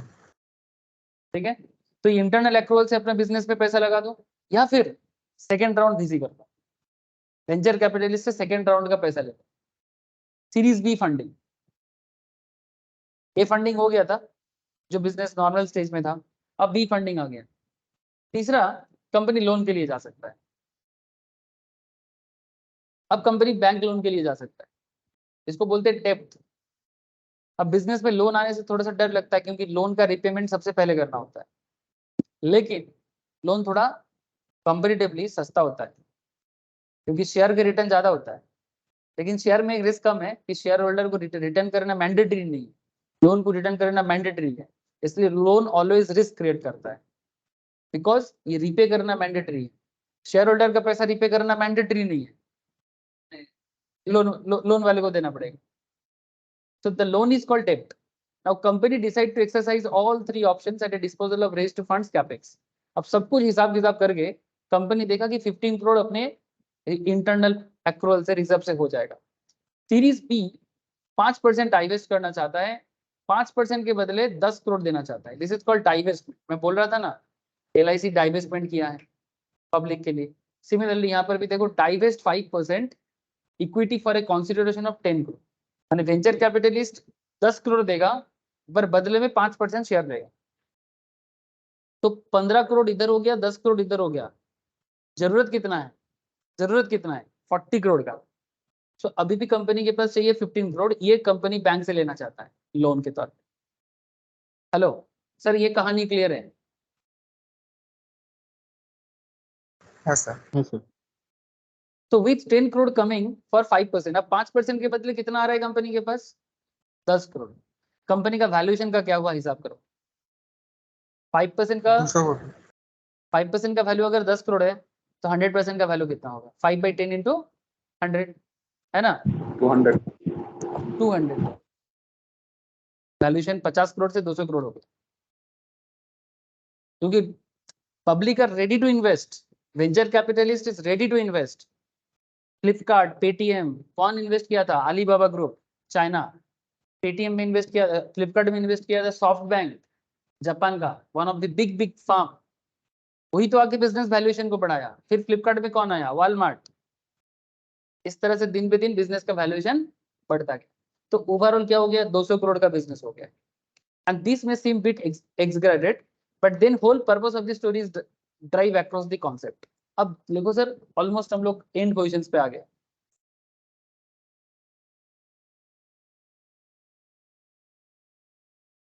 प्रोमोटर के पास 20 लाख था नंबर ऑफ शेयर। एंजल 1 के पास 2,50,000 था, एंजल 2 का 2,50,000 था। VC के पास 7 लाख था। ये वाला VC को भी पैसा मिलेगा, या कंटिन्यू। इसको भी पैसा मिल जाएगा। सीरीज बी में 2.5 lakh new investors, new series venture capitalist आया। कभी कभी देखना, जब भी IPO आता है, आई डोंट नो आप लोगों ने कभी IPO का रिपोर्ट चेक किया कि नहीं, बट जब भी आप IPO का रिपोर्ट चेक करोगे आपको एक चीज दिखेगा कि ऑफर फॉर सेल बोल के एक ऑफर आता है। जब IPO आता है ना, तो IPO के जो रिपोर्ट निकलते हैं, इसमें आपको एक चीज मिलेगा।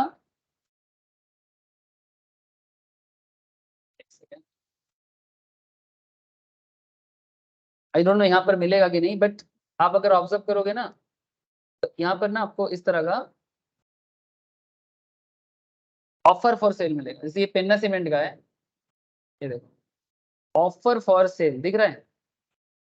हाँ sir, offer Yes, for sale up to buy our promoter PR cement holdings limited, ठीक है, अप टू 2,500 मिलियन, ठीक है, and together with fresh issue of the offer. तो ये ऑफर फॉर सेल क्यों करता है?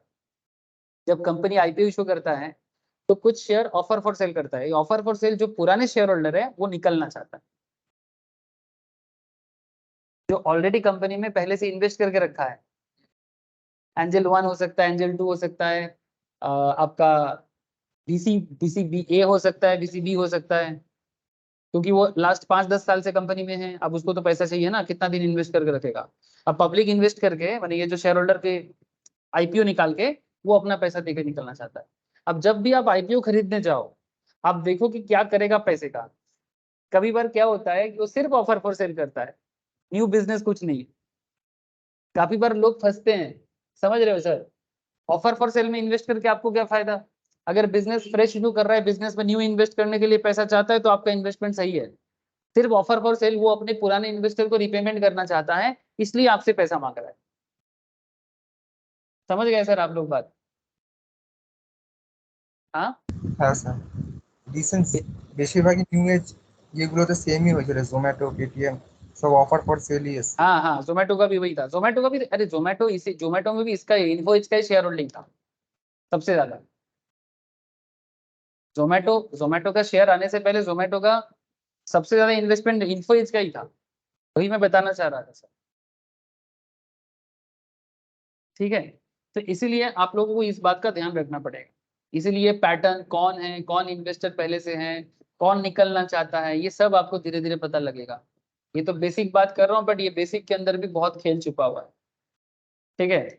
तो सर धीरे धीरे देखते देखते हम लोगों का खेल में बहुत सारा चीज हो गया। तो अच्छा अमूलेंदु दा, 5% न्यू शेयर दिया हम लोगों ने बीसीबी को। अभी भी कंपनी के पास कितना शेयर होल्डिंग है?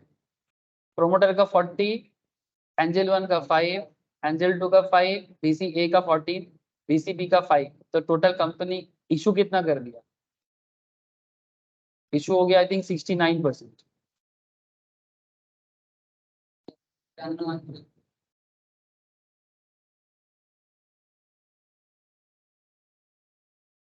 ठीक है, 69 इशू हो गया, तो बचा कितना? 31, है ना सर? सही है ना कैलकुलेशन?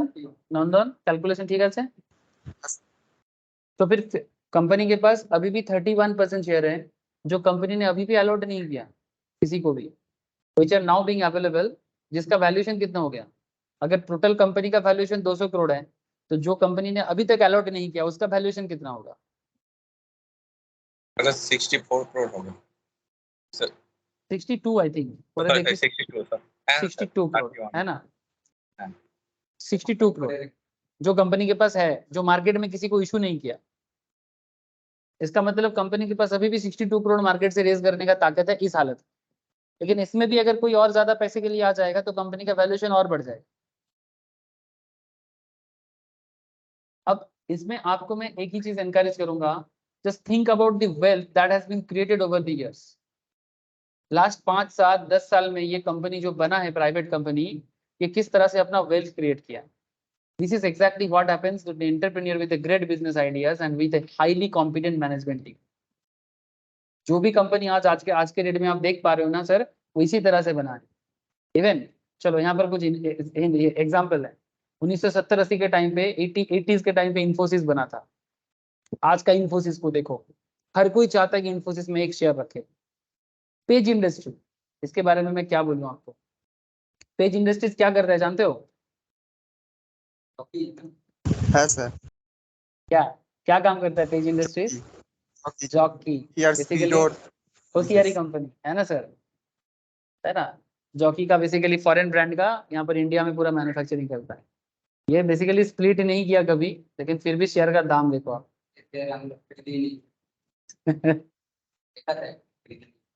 39,000 एक शेयर का वैल्यूएशन है पेज इंडस्ट्रीज का। 39,000, थोड़ा नीचे गिरा है। 1000 অবধি গেছিল। हाँ 54,000 অবধি গেছিল। 54,000 तक गया था। तो जस्ट इमेजिन ना सर, किस तरह से बिजनेस का वैल्यूएशन बढ़ता है तो जाके एक शेयर का वैल्यूएशन 40,000 हो सकता है। This is all about valuation. अगर वैल्यूएशन ना होता तो एक शेयर का दाम इतना कभी ना होता। हाँ, वो लोग चाहे तो स्प्लिट करके उसको डाइल्यूट कर सकता है ताकि, लेकिन वो लोग करना नहीं चाहता। एमआरएफ का देखो, जैसे 1 लाख के आसपास शेयर का दाम है, बिकॉज वो डाइल्यूट नहीं करता। वो डाइल्यूट करेगा तो कर सकता है, बट उसको लगता है कि जरूरत नहीं है, इसलिए नहीं करता। इसी तरह से इंटरनेशनल मार्केट में आप गूगल, फेसबुक, ट्विटर, व्हाट्सएप, इसका भी शेयर चीज आप देख सकते हो। अब the last concept is private equity. तो हम लोग कौन सा पार्ट देखे सर? सबसे पहले बिजनेस एंजल के हाथ में था, फिर बिजनेस वेंचर कैपिटलिस्ट के हाथ में गया, फिर हम लोग इस हालत में, फिर बैंकर के पास गए, अब लास्ट में आ जाते हैं प्राइवेट इक्विटी फर्म। ये वीसी से भी बड़ा होता है।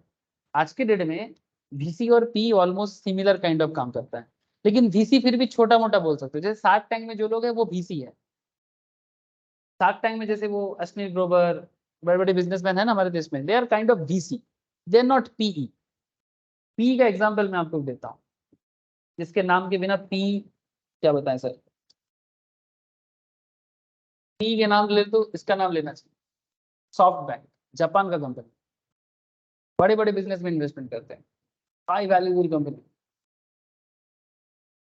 का रेवेन्यू है, इसका खुद का रेवेन्यू है 6.57 ट्रिलियन, यानी एक कंट्री को खरीद सकता है इसीलिए। इंडिया का इकोनॉमी कितना है सर? 3 ट्रिलियन का इकोनॉमी है हम लोग का। 3 नहीं, 3.73 ट्रिलियन का जीडीपी है, 300 लाख। ठीक है। इसका 6.57 ट्रिलियन का रेवेन्यू है। तो जस्ट इमेजिन इसके पास कितना पैसा है। ये मेनली क्या करता है? ये मेनली इन्वेस्टमेंट का काम करता है। बड़े बड़े बिजनेस के आइडिया को देखता है, जब बिजनेस चालू हो जाता है, बिजनेस में ग्रोथ नजर आ जाता है, अब ये लोग आता है। कम से कम 400, 500, 1000, 5000, 10,000 करोड़ डाल देगा। ये है पीई का काम। चलो, आई होप कि आपको समझ में आ रहा है। इसलिए जब भी आप न्यूज देखें कि प्राइवेट इक्विटी फर्म पैसा रेस कर रहा है इस तरह का, आप समझ लेना कि ये बिजनेस आगे जाके कुछ करेगा, इसलिए प्राइवेट इक्विटी आ रहा है। ठीक है, so few years pass by, company success continue to shine on with a growing success. The 8 years old company, अभी मान के चलते 8 years, 200 करोड़ का कंपनी बना है। इसका एम्बिशंस की अभी वो और आगे जाएगा। अब ये धीरे धीरे बड़े मार्केट में जाएगा, इंटरनेशनल मार्केट में जाएगा। अब सीरीज की फंडिंग आ जाता है, और इस सीरीज की फंडिंग में जो भी फंडिंग होता है, ये भी वीसी बोल सकते हो आप, बट वीसी से बड़ा इसको प्राइवेट इक्विटी कहा जाता है। प्राइवेट इक्विटी फर्म जो छोटा मोटा अमाउंट के लिए नहीं आता, कम से कम 500 करोड़ 600 करोड़ इतना। यहाँ पर एग्जाम्पल दिया गया है 400 करोड़ का नीड है, बदले में ये कंपनी से, कंपनी का नीड है, अच्छा नहीं, इसका कंपनी का नीड है 60 करोड़ का, कंपनी का नीड है 60 करोड़ का, और बदले में वीसी बोलते हैं कि हमको 15% दे दे। तो कंपनी अगर 60 करोड़ वीसी से लेता है 15% के बदले, स्टेक के बदले, तो कंपनी का वैल्यूएशन हो जाता है 400 करोड़। आप हिसाब लगा लो, सेम कॉन्सेप्ट है। अब लास्ट कॉन्सेप्ट यही है कि शेयर मार्केट तक पहुंचने से पहले, अभी तक शेयर मार्केट में नहीं पहुंचे, शेयर मार्केट में पहुंचने से पहले कंपनी का सिचुएशन देखो आप। 15% नया प्राइवेट इक्विटी फर्म आया 60 करोड़ के लिए, 15% स्टेक के लिए, कंपनी का वैल्यूएशन 400 करोड़ कर दिया। आप हिसाब लगा लो, कंपनी के हाथ में वैल्यूएशन है 336 करोड़ का, इसमें कंपनी ने शेयर होल्डिंग इशू कर दिया 84% का, और कंपनी के हाथ में है अभी भी 16%। सर आप सबको क्लियर है बात? और हाँ, देखो 44,50,000 शेयर कंपनी ने इशू कर दिया। 50 लाख शेयर था, 44,50,000 शेयर इशू हो गया। ठीक है, अभी भी कंपनी के पास 16% स्टेक है, जिसको अगर 400 करोड़ के हिसाब से वैल्यू करो तो 64 करोड़ होता है। Now comes to the concept of IPO. और कंपनी के पास कोई जगह नहीं है मार्केट से पैसा रेज करने का, जो करना था कर दिया, अब ओपन मार्केट का छोड़ के और कोई जगह नहीं। अब और ज्यादा पैसा चाहिए और ओपन मार्केट में रह के बिजनेस का और वैल्यूएशन बढ़ाना है। अब अगर सेबी परमिशन देता है, ठीक है, अगर आपके बिजनेस का सभी लीगल पार्ट सही है, तो अभी आप आईपीओ में आ सकते हो, लेकिन इससे पहले ये पापड़ बेल के आना पड़ेगा। हमारी जो आईपी का नहीं, ये भी ऐसे इसी तरह से आना पड़ेगा। जब तक आपका बिजनेस का वैल्यूएशन एटलीस्ट 300-400 करोड़ का कम से कम ना हो, ठीक है, एक मोटा मोटी 100-200 करोड़ स्मॉल कैप कंपनीज वगैरह में कम से कम उतना ना हो, तो आप कभी भी आईपीओ में नहीं आ सकते। तभी आपको हाँ নট পসিবল, একটা পুরো ট্র্যাক রেকর্ড থাকতে হবে, तब जाके आपको पब्लिकली बिजनेस करने का एज वेल एज ट्रेड करने का परमिशन। ट्रेड करने के लिए अलग से परमिशन लेना पड़ता है। मैंने आप इन्वेस्ट बता, आपका स्टॉक मार्केट में लिस्टेड हो जाए इसका मतलब नहीं कि कोई भी आके ट्रेड करेगा, नहीं, ट्रेड करने से वैल्यू बढ़ता है। मैंने आपका शेयर का इतना दम है कि उसमें लोग ट्रेड कर सकता है, लेकिन उसके लिए भी आपको अप्लाई करना पड़ेगा, एनएसई बीएसई से लाइसेंस लेना पड़ेगा, फिर जाके वो ट्रेडिंग होता है। ओके सर, अब हम लोग आईपीओ का फाइनल स्टेज देख पा रहे हैं, और ये फाइनल स्टेज बेसिकली और कुछ नहीं, 5 years after private equity investment company has progress really well. मान के चल रहे हैं जो नॉर्मल में होता है, तो they have successfully diversified their product portfolio, plus they have presence across all the major cities, और अच्छा भी रेवेन्यू आ रहा है, बिजनेस अभी एक लेवल में चला गया। Promoter however does not want to settle in for justice, but promoter इसमें भी खुश नहीं। एक अच्छा प्रोमोटर का यही तो होता है सर, एक अच्छा प्रोमोटर का यही होता है कैरेक्टर, वो खुश नहीं होगा। अब उसका इच्छा है कि इंटरनेशनल जाए, ठीक है। अब इंटरनेशनल जाने के लिए उसके पास अगेन मैनेजमेंट के पास जाना पड़ेगा कि मैनेजमेंट बताओ कितना पैसा चाहिए, तो मैनेजमेंट बता रहे पैसा तो इतना चाहिए बट हमें पब्लिकली जाना है, तो वो पब्लिकली जाएगा। तो पब्लिकली जाने के लिए उसके पास कुछ कॉन्सेप्ट आ रहा है कि इनिशियल पब्लिक ऑफर, लेकिन कुछ क्वेश्चन रेज होता है। Why did the company decide to file for an IPO in general, why do companies go public? First question, why did they not file for the IPO when they were in series A, B, C situations? What would happen to the existing shareholder after the IPO? जो already company का shareholder है, IPO के बाद उनका क्या होगा? What do the general public look for before they subscribe to the IPO? एक आम आदमी को क्या सोचना चाहिए रिटेल इन्वेस्टर को आईपीओ खरीदने से पहले? How do the process of IPO evolve? IPO का प्रोसेस में क्या पार्ट रहता है? Who are the financial intermediate involve in the IPO market and what happens after the companies goes public? ये जो 5-7 क्वेश्चंस आपके सामने आए ना, इसका जवाब हम लोग नेक्स्ट वीक में देंगे सर, जब हम लोग आईपीओ का पार्ट 2 पढ़ेंगे सर। बेसिकली यहीं से स्टार्ट होगा स्टॉक मार्केट का मेन जर्नी। इसमें आपको पता लग जाएगा कि अल्टीमेटली स्टॉक मार्केट में कंपनी का आना, उसका पूरा प्रोसेस, लीगल प्रोसेस ऑब्वियसली, लेकिन यही लीगल प्रोसेस में आपको ये समझना पड़ेगा कि कौन है कंपनी को जो मार्केट में लाने के लिए हेल्प करता है, डीआरएलएम का काम क्या है, book running, lead manager, margin banker, under writers, every person, ठीक है। और इसका आईपीओ का सीक्वेंस भी दिया हुआ है, आप चाहो तो एक बार खुद भी गो थ्रू कर सकते हो नोट्स लेके, ठीक है, क्योंकि एक बार गो थ्रू करोगे ना तो भी आपको समझ में आ जाएगा कि कौन है या आईपीओ मार्केट में लाने के पीछे, ठीक है। अगर ये पता लग जाए तो फिर नेक्स्ट क्लास में हम लोग क्या करेंगे सर, स्टॉक मार्केट में जो ट्रेडिंग पार्ट है उसमें बात करेंगे, ठीक है। ट्रेडिंग के बारे में स्टार्ट करेंगे कि एक ट्रेडिंग चैप्टर में क्या रहता है, सेटलमेंट कैसे होते हैं, ठीक है, basics of trading, stop loss कैसे लगाया जाता है, वगैरह वगैरह, दीज आर द सिनेरियोस, ठीक है। थोड़ा सा बेसिक ये पूजा तक करेंगे सर, उसके बाद हम लोग पूजा के बाद एकदम directly future and options and technical के एकदम हार्डवेयर एरिया में जंप करेंगे वापस, ठीक है। ये नेक्स्ट वीक तक तो रहेगा क्लास, तो नेक्स्ट वीक तक सिर्फ बेसिक्स में ही बात करूंगा, उसके बाद एकदम जंप करेंगे, छलांग मारेंगे, लेकिन उससे पहले बेसिक्स में भी हम लोग स्टॉक मार्केट ट्रेडिंग का भी काफी सारा बात कर लेंगे। तो क्या बोलेंगे सर? बोलो सर, आप लोग समझ गए? হ্যাঁ স্যার। পীযূষ বোঝা গেছে? হ্যাঁ স্যার। আর ওকে, বেসিক্স আছে, এটা আর কিছু না বোঝার কিছু নেই, আমিও জানি, তুইও জানিস, ঠিক আছে। এরপর নেক্সট উইক ক্লাস জয়েন করবো আমরা মঙ্গলবার, হ্যাঁ? Okay sir. Okay sir. আর কালকে তোরা আসছিস, আমাকে কখন আসছিস জানিয়ে দিবি। সুমিত আমাকে বলছে 11টায় যেতে, আমি বললাম দেখো 11টায় পসিবল আগে আমাকে মেসেজ করবি, তারপর আমার ক্লাস কি থাকবে সুমিতকে বলবি আমায় মেসেজ করে নিতে। আরে সে আপনার কথা শুনলে তো ও আমাকে তো শুনবে না, আমি জানি, সে ঝামেলা। ঠিক আছে, ঠিক আছে, আমি কথা বলে